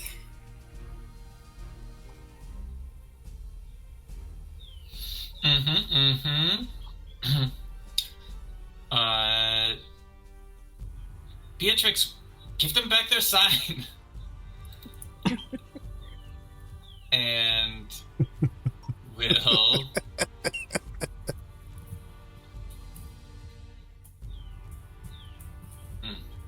I think we'll cast Bless. Let's see. Yeah, we'll cast Bless on Callow, Lucian, and Beatrix.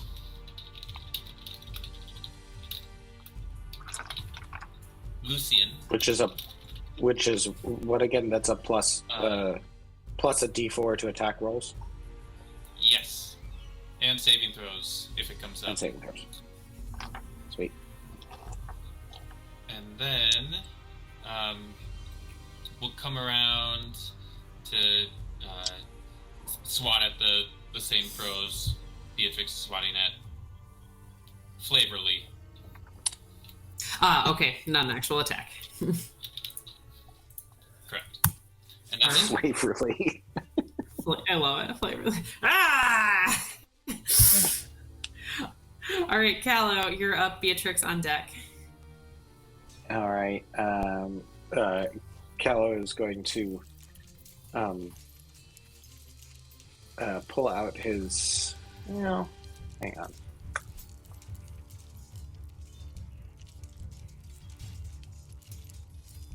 Yes, pull out his crossbow, and I don't know how much of a difference it makes which swarm token. I mean, I imagine at this point the swarms are sort of combined into one, more or less.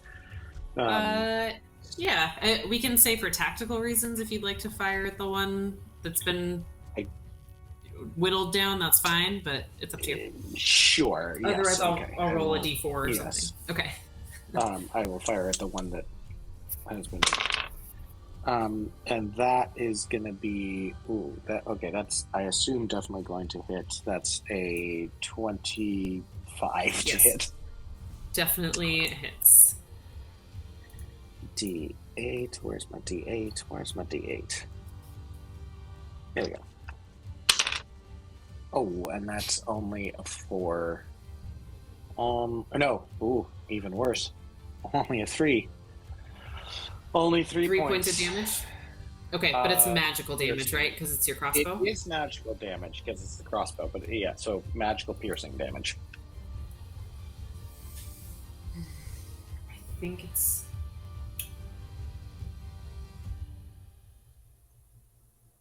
Yeah, okay. It's only 3 points. I'll look that up later. Doo-doo-doo.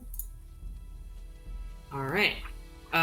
Yeah, you take one out. Pew! Anything else you'd like to do on your turn?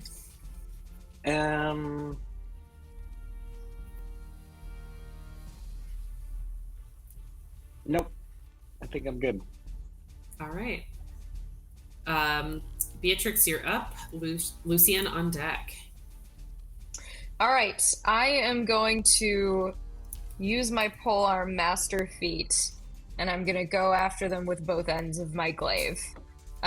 First, I'm going to try to sweep through the crows, try to hit as many as possible, and then I'll turn the butt end of the glaive on them. Here we go, rolling to attack, and I have bless up, so that's a plus a d4. Here we go.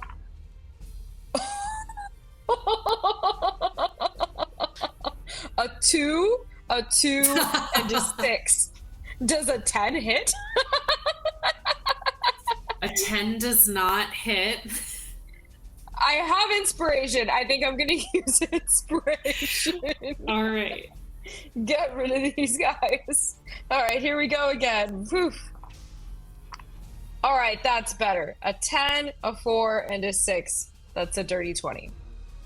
A dirty 20. Plus 6 being the modifier. Yeah.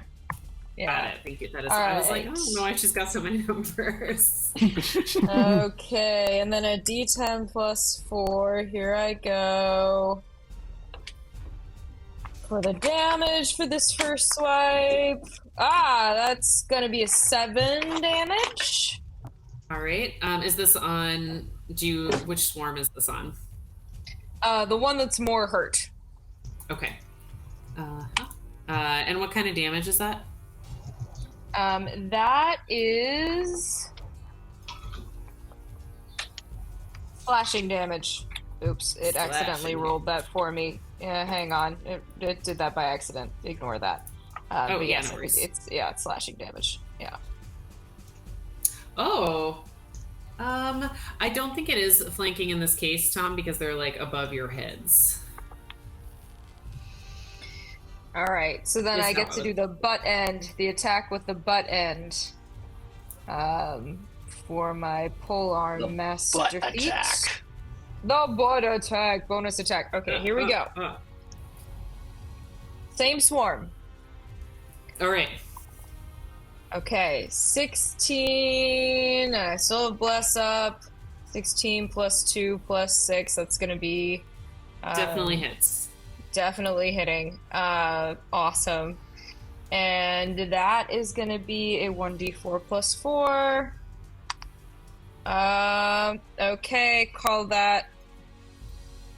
Yeah, that's a 2. Okay, that's a 6. 6 damage with the butt end of the glaive. 6 damage. All right. So as Beatrix whiffs on her sort of first attempt with the glaive, and then feels inspired by all of her recent experience, she's like, I fought vampires. I can fight these crows. She slashes through the air and then butts one of the crows in the head, and one of the swarms is taken care of. Yay! All right. If I can remove. Okay. Excellent. Anything else you would like to do on your turn? No, I'll stay where I am. All right. Lucian, you are up. Elandra on deck.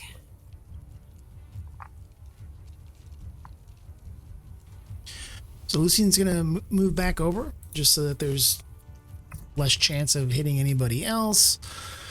And it's gonna fire off another Eldritch Blast.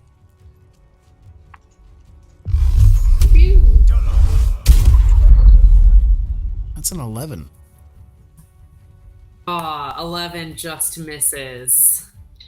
Plus your bless. Oh, that's right. Bless is a D4. 4. Grab. It's a 12. That hits. You see this eldritch energy coming out of Lucian's hands, and it looks like it's gonna go astray.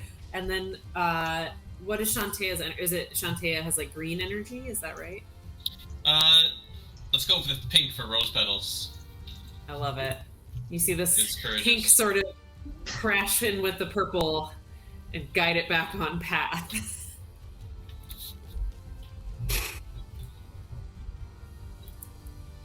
What's your damage?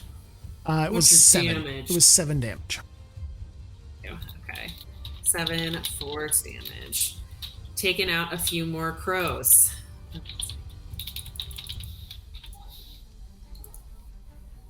That's really so fascinating. Okay.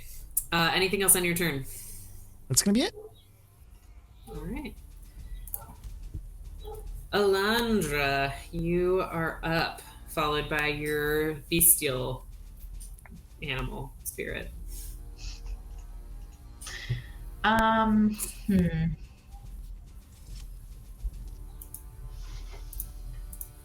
trying to think of how I can use like druid craft.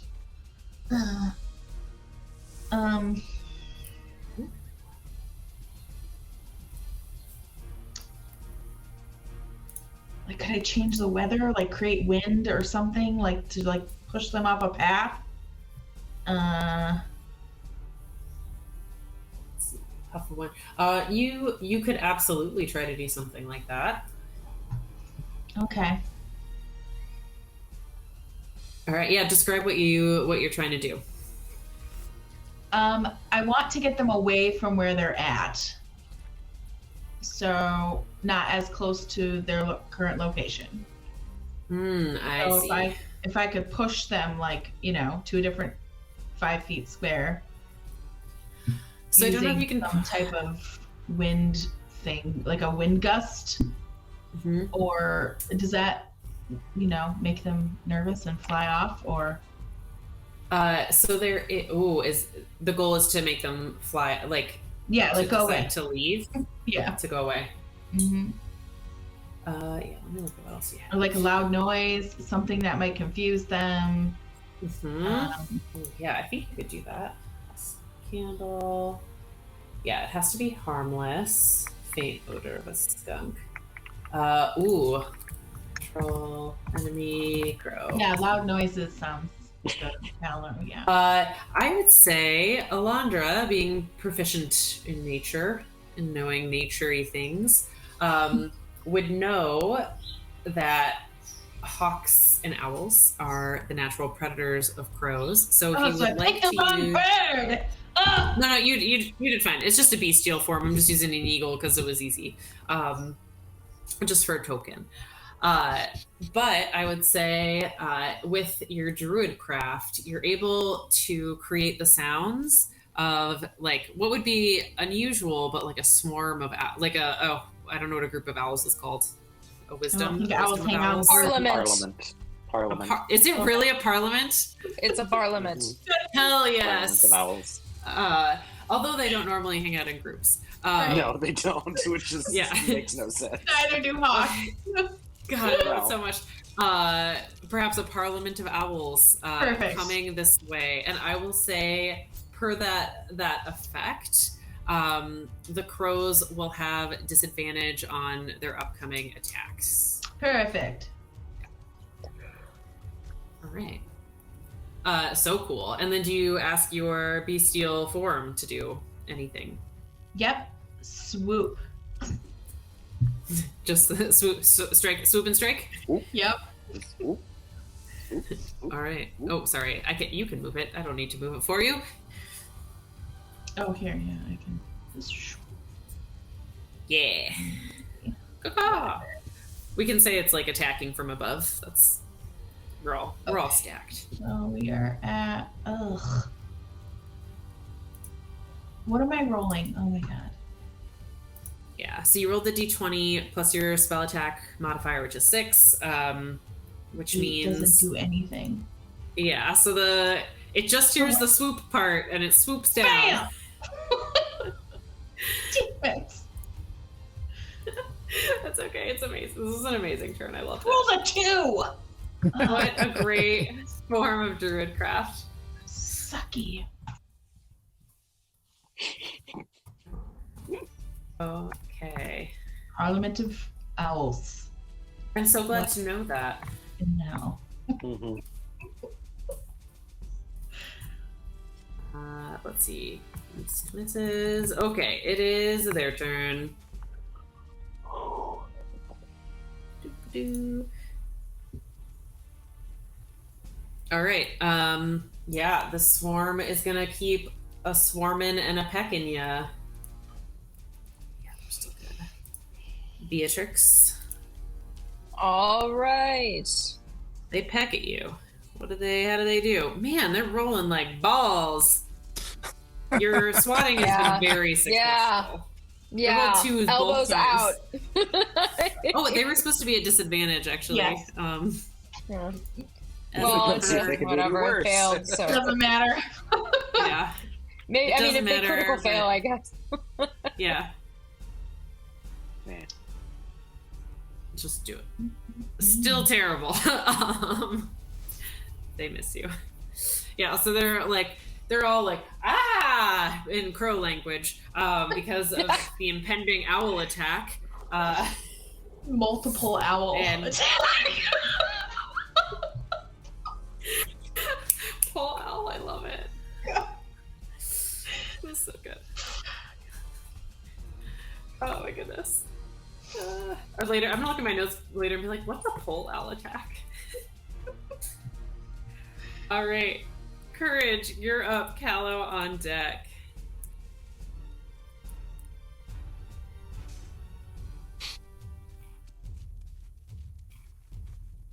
Can you guys hear Tom? I cannot. No. Sorry. Courage is... Things seem to be going well. So we'll just pull out... no, we won't use the mace. We'll try some Sacred Flame. So a dex save by the Swarm. Ooh, okay.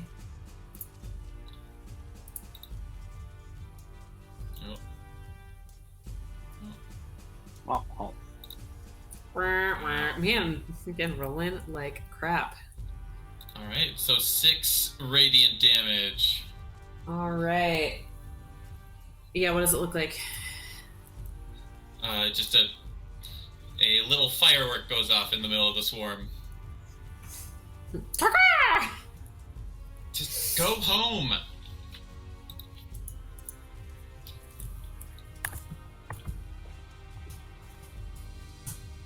Yeah, they're looking like they're thinking about it.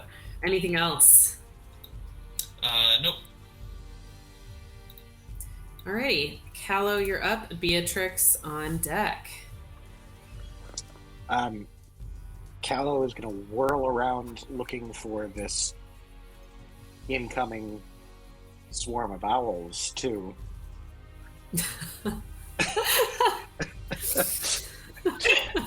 More birds! They're coming at us from all angles!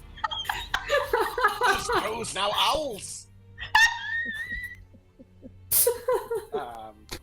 And we'll be sort of moving around with his crossbow. What? They're coming from behind!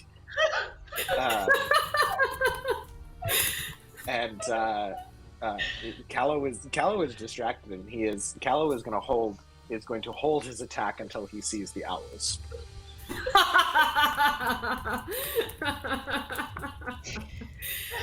God. Incredible. All right. Would he like to roll any type of insight or nature check? Are you happy? Yeah. I'm happy with this No. RP, but okay, I just wanted to No, I check. think this is in the moment. Yep. I love it. I love it so much. He's hearing owls, and he's like, all the birds are attacking. This is like that Stephen King that bard named Stephen King that tells all those really scary story songs. All right. So good. Beatrix, you are up. Lucian on deck. All right, we're gonna polar master this sucker again. So here I go with the blade end of the glaive. All right, bless and the D20. Okay. I'm rolling like butts today. So we have a 5 plus a 2 is 7 plus a 6 is 12. Does that hit? It just hits. Oh man. It's wait. it's 13 though. It's 13. It's 13. So it But if a 12 slightly hits, more than Then it just hits. hits. Okay. Yeah. But it's 12 is their armor All right. class. So. All right, 1d10 plus 4. Here I go. Rolling a d10. It's gonna be 8. 8 damage. 8 damage. All right. Okay, go back. You guys are killing me. All right. Yeah, you bump a few and they fly off.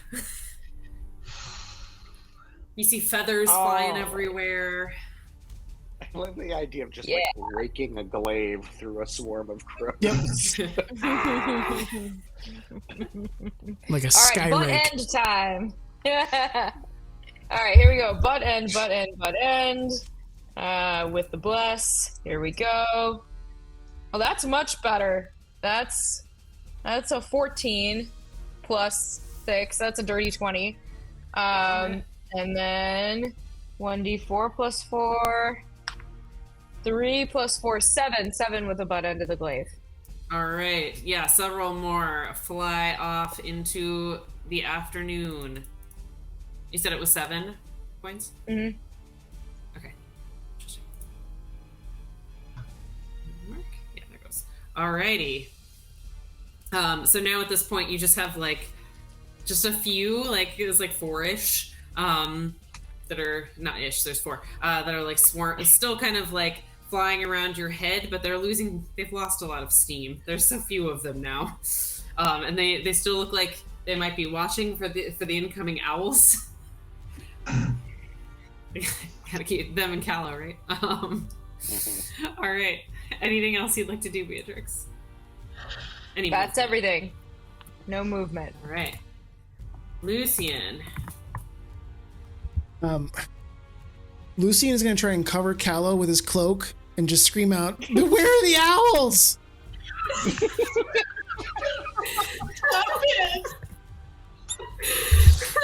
Like stop, drop, and roll type of thing, but just covering up with the cloak. Oh my god. I can't see. I can't get a shot. I feel like I'm just gonna scream out, "What are you idiots doing?" Oh. Oh my god, that's so good. Excellent. Lucian, anything else? That's it. That's my whole turn. That's all I'm doing. Beautiful. Just gonna jump on top of Callow with my cloak. Oh. That's very self-sacrificial of Lucian. Barney's like, what's going on? Yeah, so Elandra starts your turn. What are you idiots doing? What are you idiots doing? They're not real owls. But I'm gonna do the noise again. All right. Yeah, this time I would vote that you make it sound like it's even closer. Perfect. So I'm gonna have to move closer, I think. Oh, sure. Yeah, that does make sense. They're getting closer.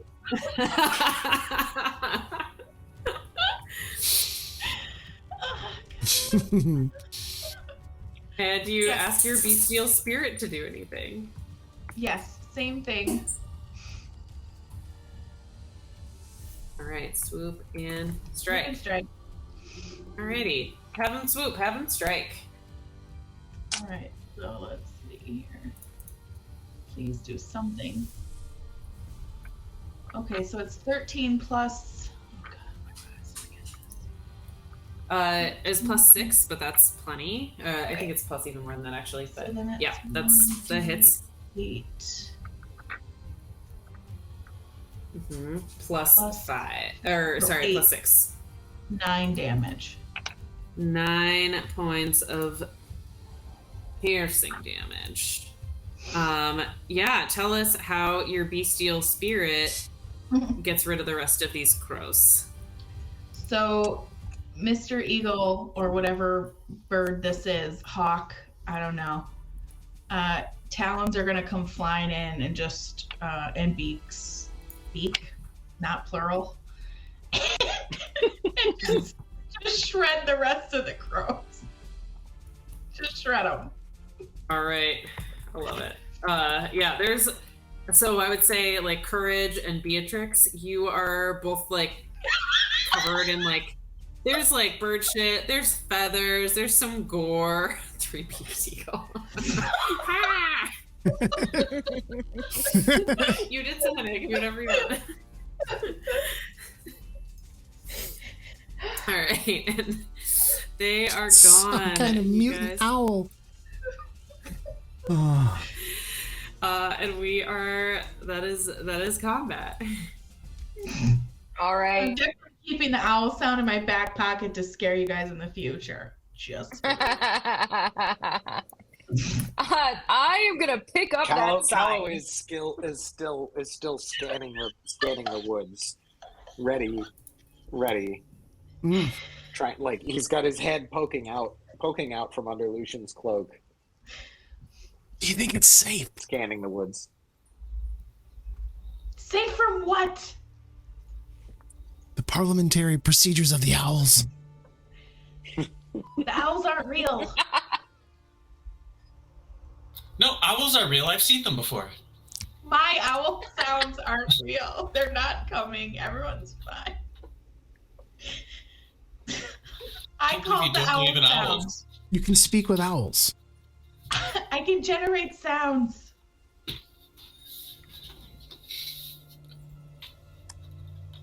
Well, that's really cool.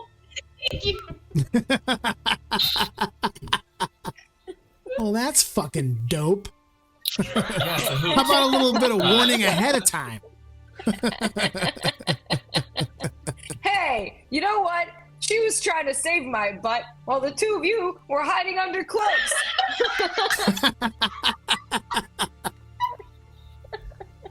I believe I shot No. one of those crows out of the air. You did. Oh yeah, one crow, big scary enemy. I'm gonna read this now. Pick up the sign. What does the sign say? We agree I'll not give her to guidance. up and open boxes from now on until we've thoroughly examined them. Don't touch anything. It's a sign.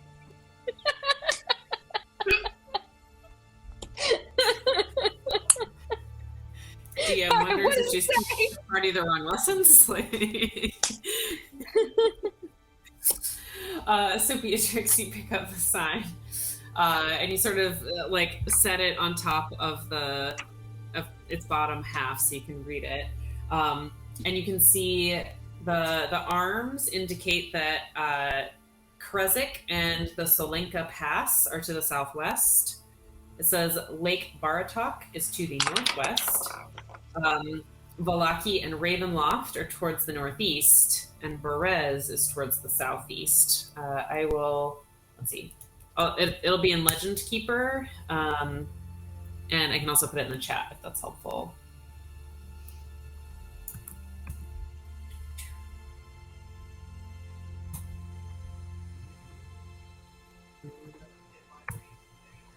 Tom, you're muted. It doesn't say winery on there anywhere.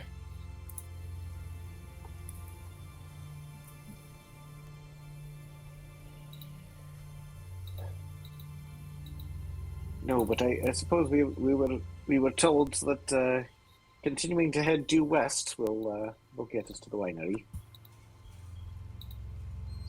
Oh, there is no due west. There's northwest and southwest. But we remember what Peach Shields said, right? Remind me. Let's follow his directions. All right. And if you guys look at the tactical map, this is actually accurate. Like it's kind of described as an X. So you can see there's one road that goes directly south, and then this other road that sort of goes southwestish. Okay. All right, let's do that one. Okay. Yeah, so you guys keep walking. Switch back to yeah. So you take the road, continuing to go southwest.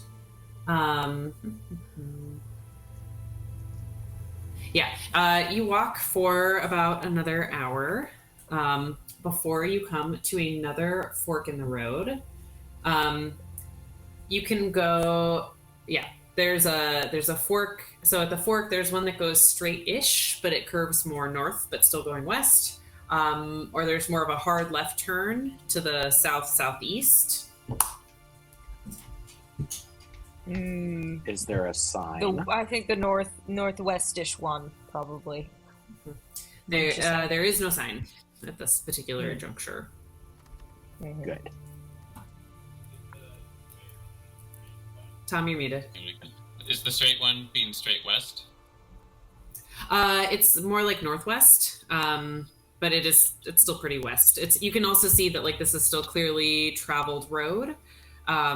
Like the old Svalvich road is bigger, wider, flatter sort of thing. Probably keep going Beatrix, that way. is there anything to touch? There's not trees, dirt. Any boxes or signs we could? Oh my god! All I wanted to do was read this stupid sign! And I'm fine, nothing happened, I'm just covered in bird shit. Have you been trying to clean yourself at all? Like, Yeah, I've been sort of like rubbing at myself as I'm walking. I'm taking a handkerchief out and kind of trying to get my face, back in a normal condition. I'd say there's still definitely like a couple feathers that you can't really see, like stuck in the back of your hair, but maybe they look cool. I don't know. And even looking down, if you sort of look down the trail to the south, like I mentioned, the road you're on is clearly like well-traveled is a relative term. You guys haven't seen any other travelers during this time, but it looks like it's regularly used. It's pretty wide. This road that goes to the south, like there's it looks like maybe people have been on it occasionally, but it's starting to be overgrown pretty close to where you are. Like it's a road, but you also can see that it sort of goes up an incline.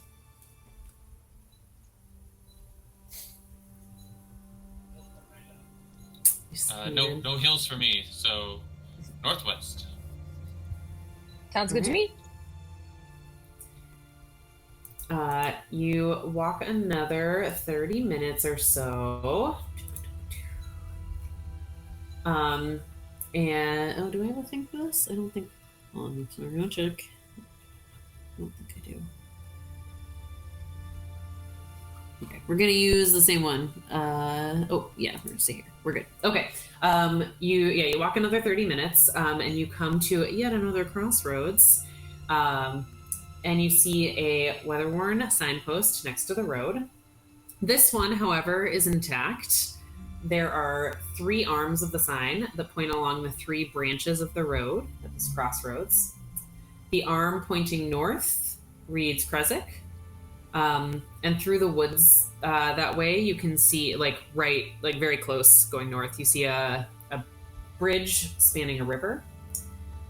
There's an arm pointing east, the way that you came, that says Valaki, and the road sort of slopes up in that direction, and you realize, we have been kind of like heading downhill.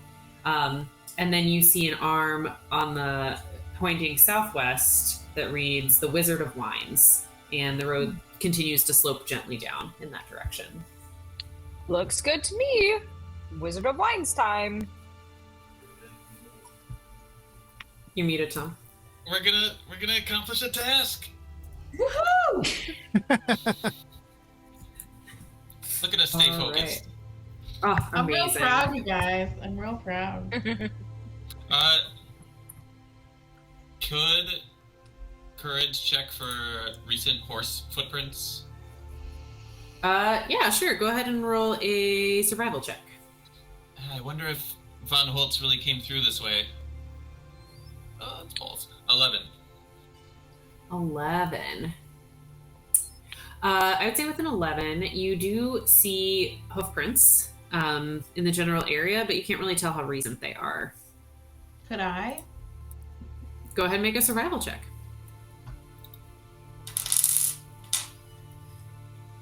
Oh, also 11. Also, yeah, it's Courage sort of points out the hoof prints to you, and yeah, Elandra, you look over and you're like, yeah, they're hoof prints. Cool. Okay. So where we were for the fight was Luna River Crossroads, and these are the Raven River Crossroads. We'll say that that's on the sign too. Crossroads. To want to look back at any point. They also have their own individual entries in Legend Keeper. Yeah, so you head on a trail that's sort of going south towards Wizard of Wines, and after about a half a mile, the road becomes a pretty muddy trail that meanders through the woods, descending gradually up, or down, and then sort of back up and down. You're in very hilly country, not big hills, but hills, until eventually the trees part, revealing a mist-shrouded meadow. The trail splits. One branch of the trail heads west into a valley, and the other leads south into a patch of dark woods. The wooden signpost at this intersection that points west reads Vineyard. There's not a sign that points south. What time is it? Oh, that's a great question. It's about 4 p.m. So we have walked into the unknown towards this vineyard without the ability to get back to Vallaki before dark, basically. Yep. Oh. Presumably we could stay here. Or we'll Yeah, get a car. if it's, yes, sure, presumably we can stay here. I'm fine staying out with nature. I don't know. Nature just tried to peck me to death. We'll see. Let's just see what kind of reception we get here. Miles doesn't like that. Nope. At That's all. not disagrees.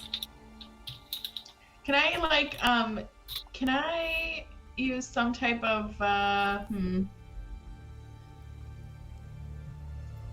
just wondering if I can get in there in advance in some way, like fly above, or I don't know if I want to use this. Yeah, if you would, are you of a level that you can wild shape into flying things yet? Oh, I don't know. I can check. I assume you are, but I think that's like 6 or 8. Yeah, I think Oh, that's really? right. yeah, no flying speed right now. Okay. Right.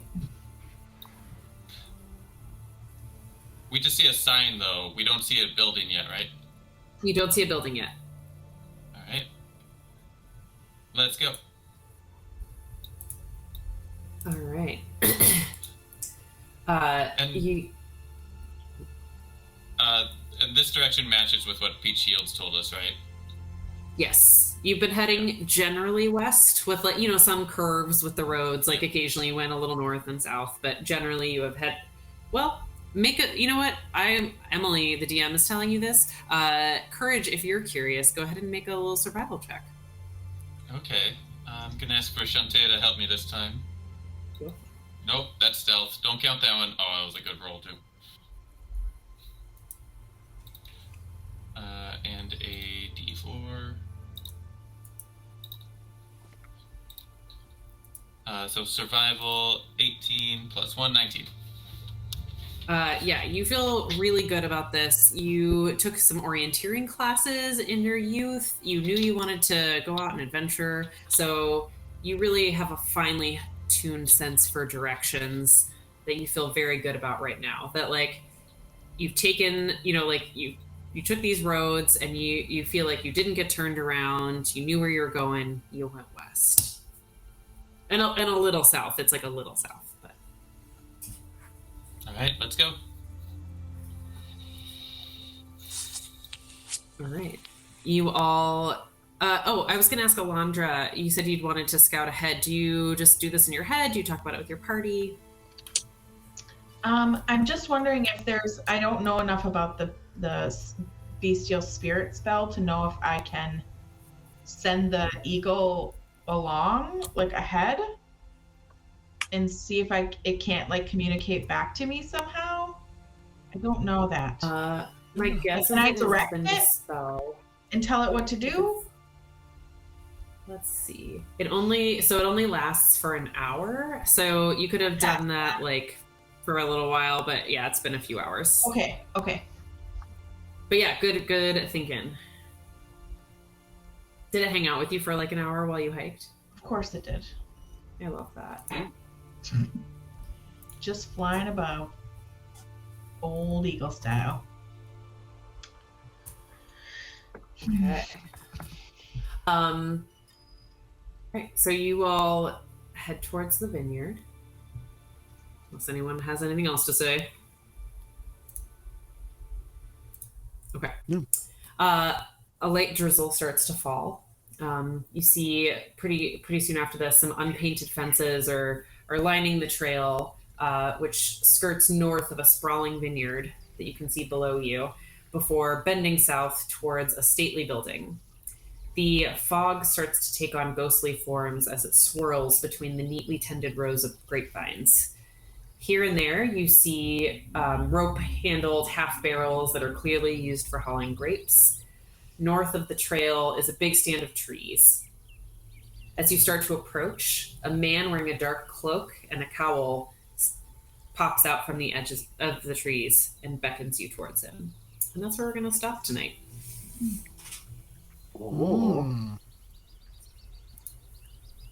Like, does he pop out friendly, or does he pop out like Eldritch Blast to the face?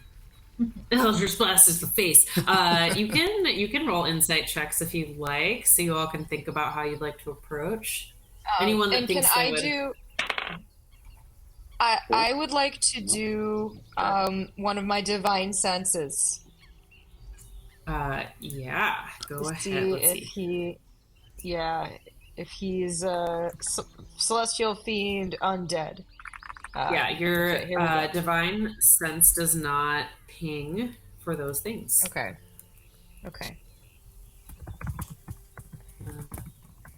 Great, divine sense. Is he an owl? He appears to be a man, from what you can tell.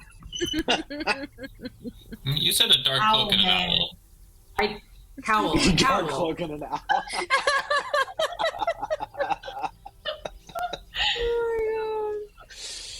I think he's fucking with you, Emily. Amazing. No, I know. It's really great. Courage, is that in addition to your... Is that a guidance that you gave yourself? That's from earlier, from the map. Oh, thank you. Okay. So Lucian, you got a dirty 20. Callow got a 4. Callow, you are looking for owls. It's like with the rain, it's starting to feel darker. This is when owls come out. Or ish. They come out when it gets dark. So I assume you're looking, just like, whoa, what the hell? Is this guy an owl? Lucian, you'd say vibes. Does he say anything to us, or is he just pops out and he pops out from behind the tree and is like beckons you over. Lucian, you don't get the sense, he does not seem like he's going to attack you. I would say you get a cautious vibe from him, trying to pull you over. Definitely not bad vibes. Elandra, yeah, you rolled an 8. It's a man. Or maybe a man-like figure. You can't really tell because of the hood. You made it to the winery, guys. Yay!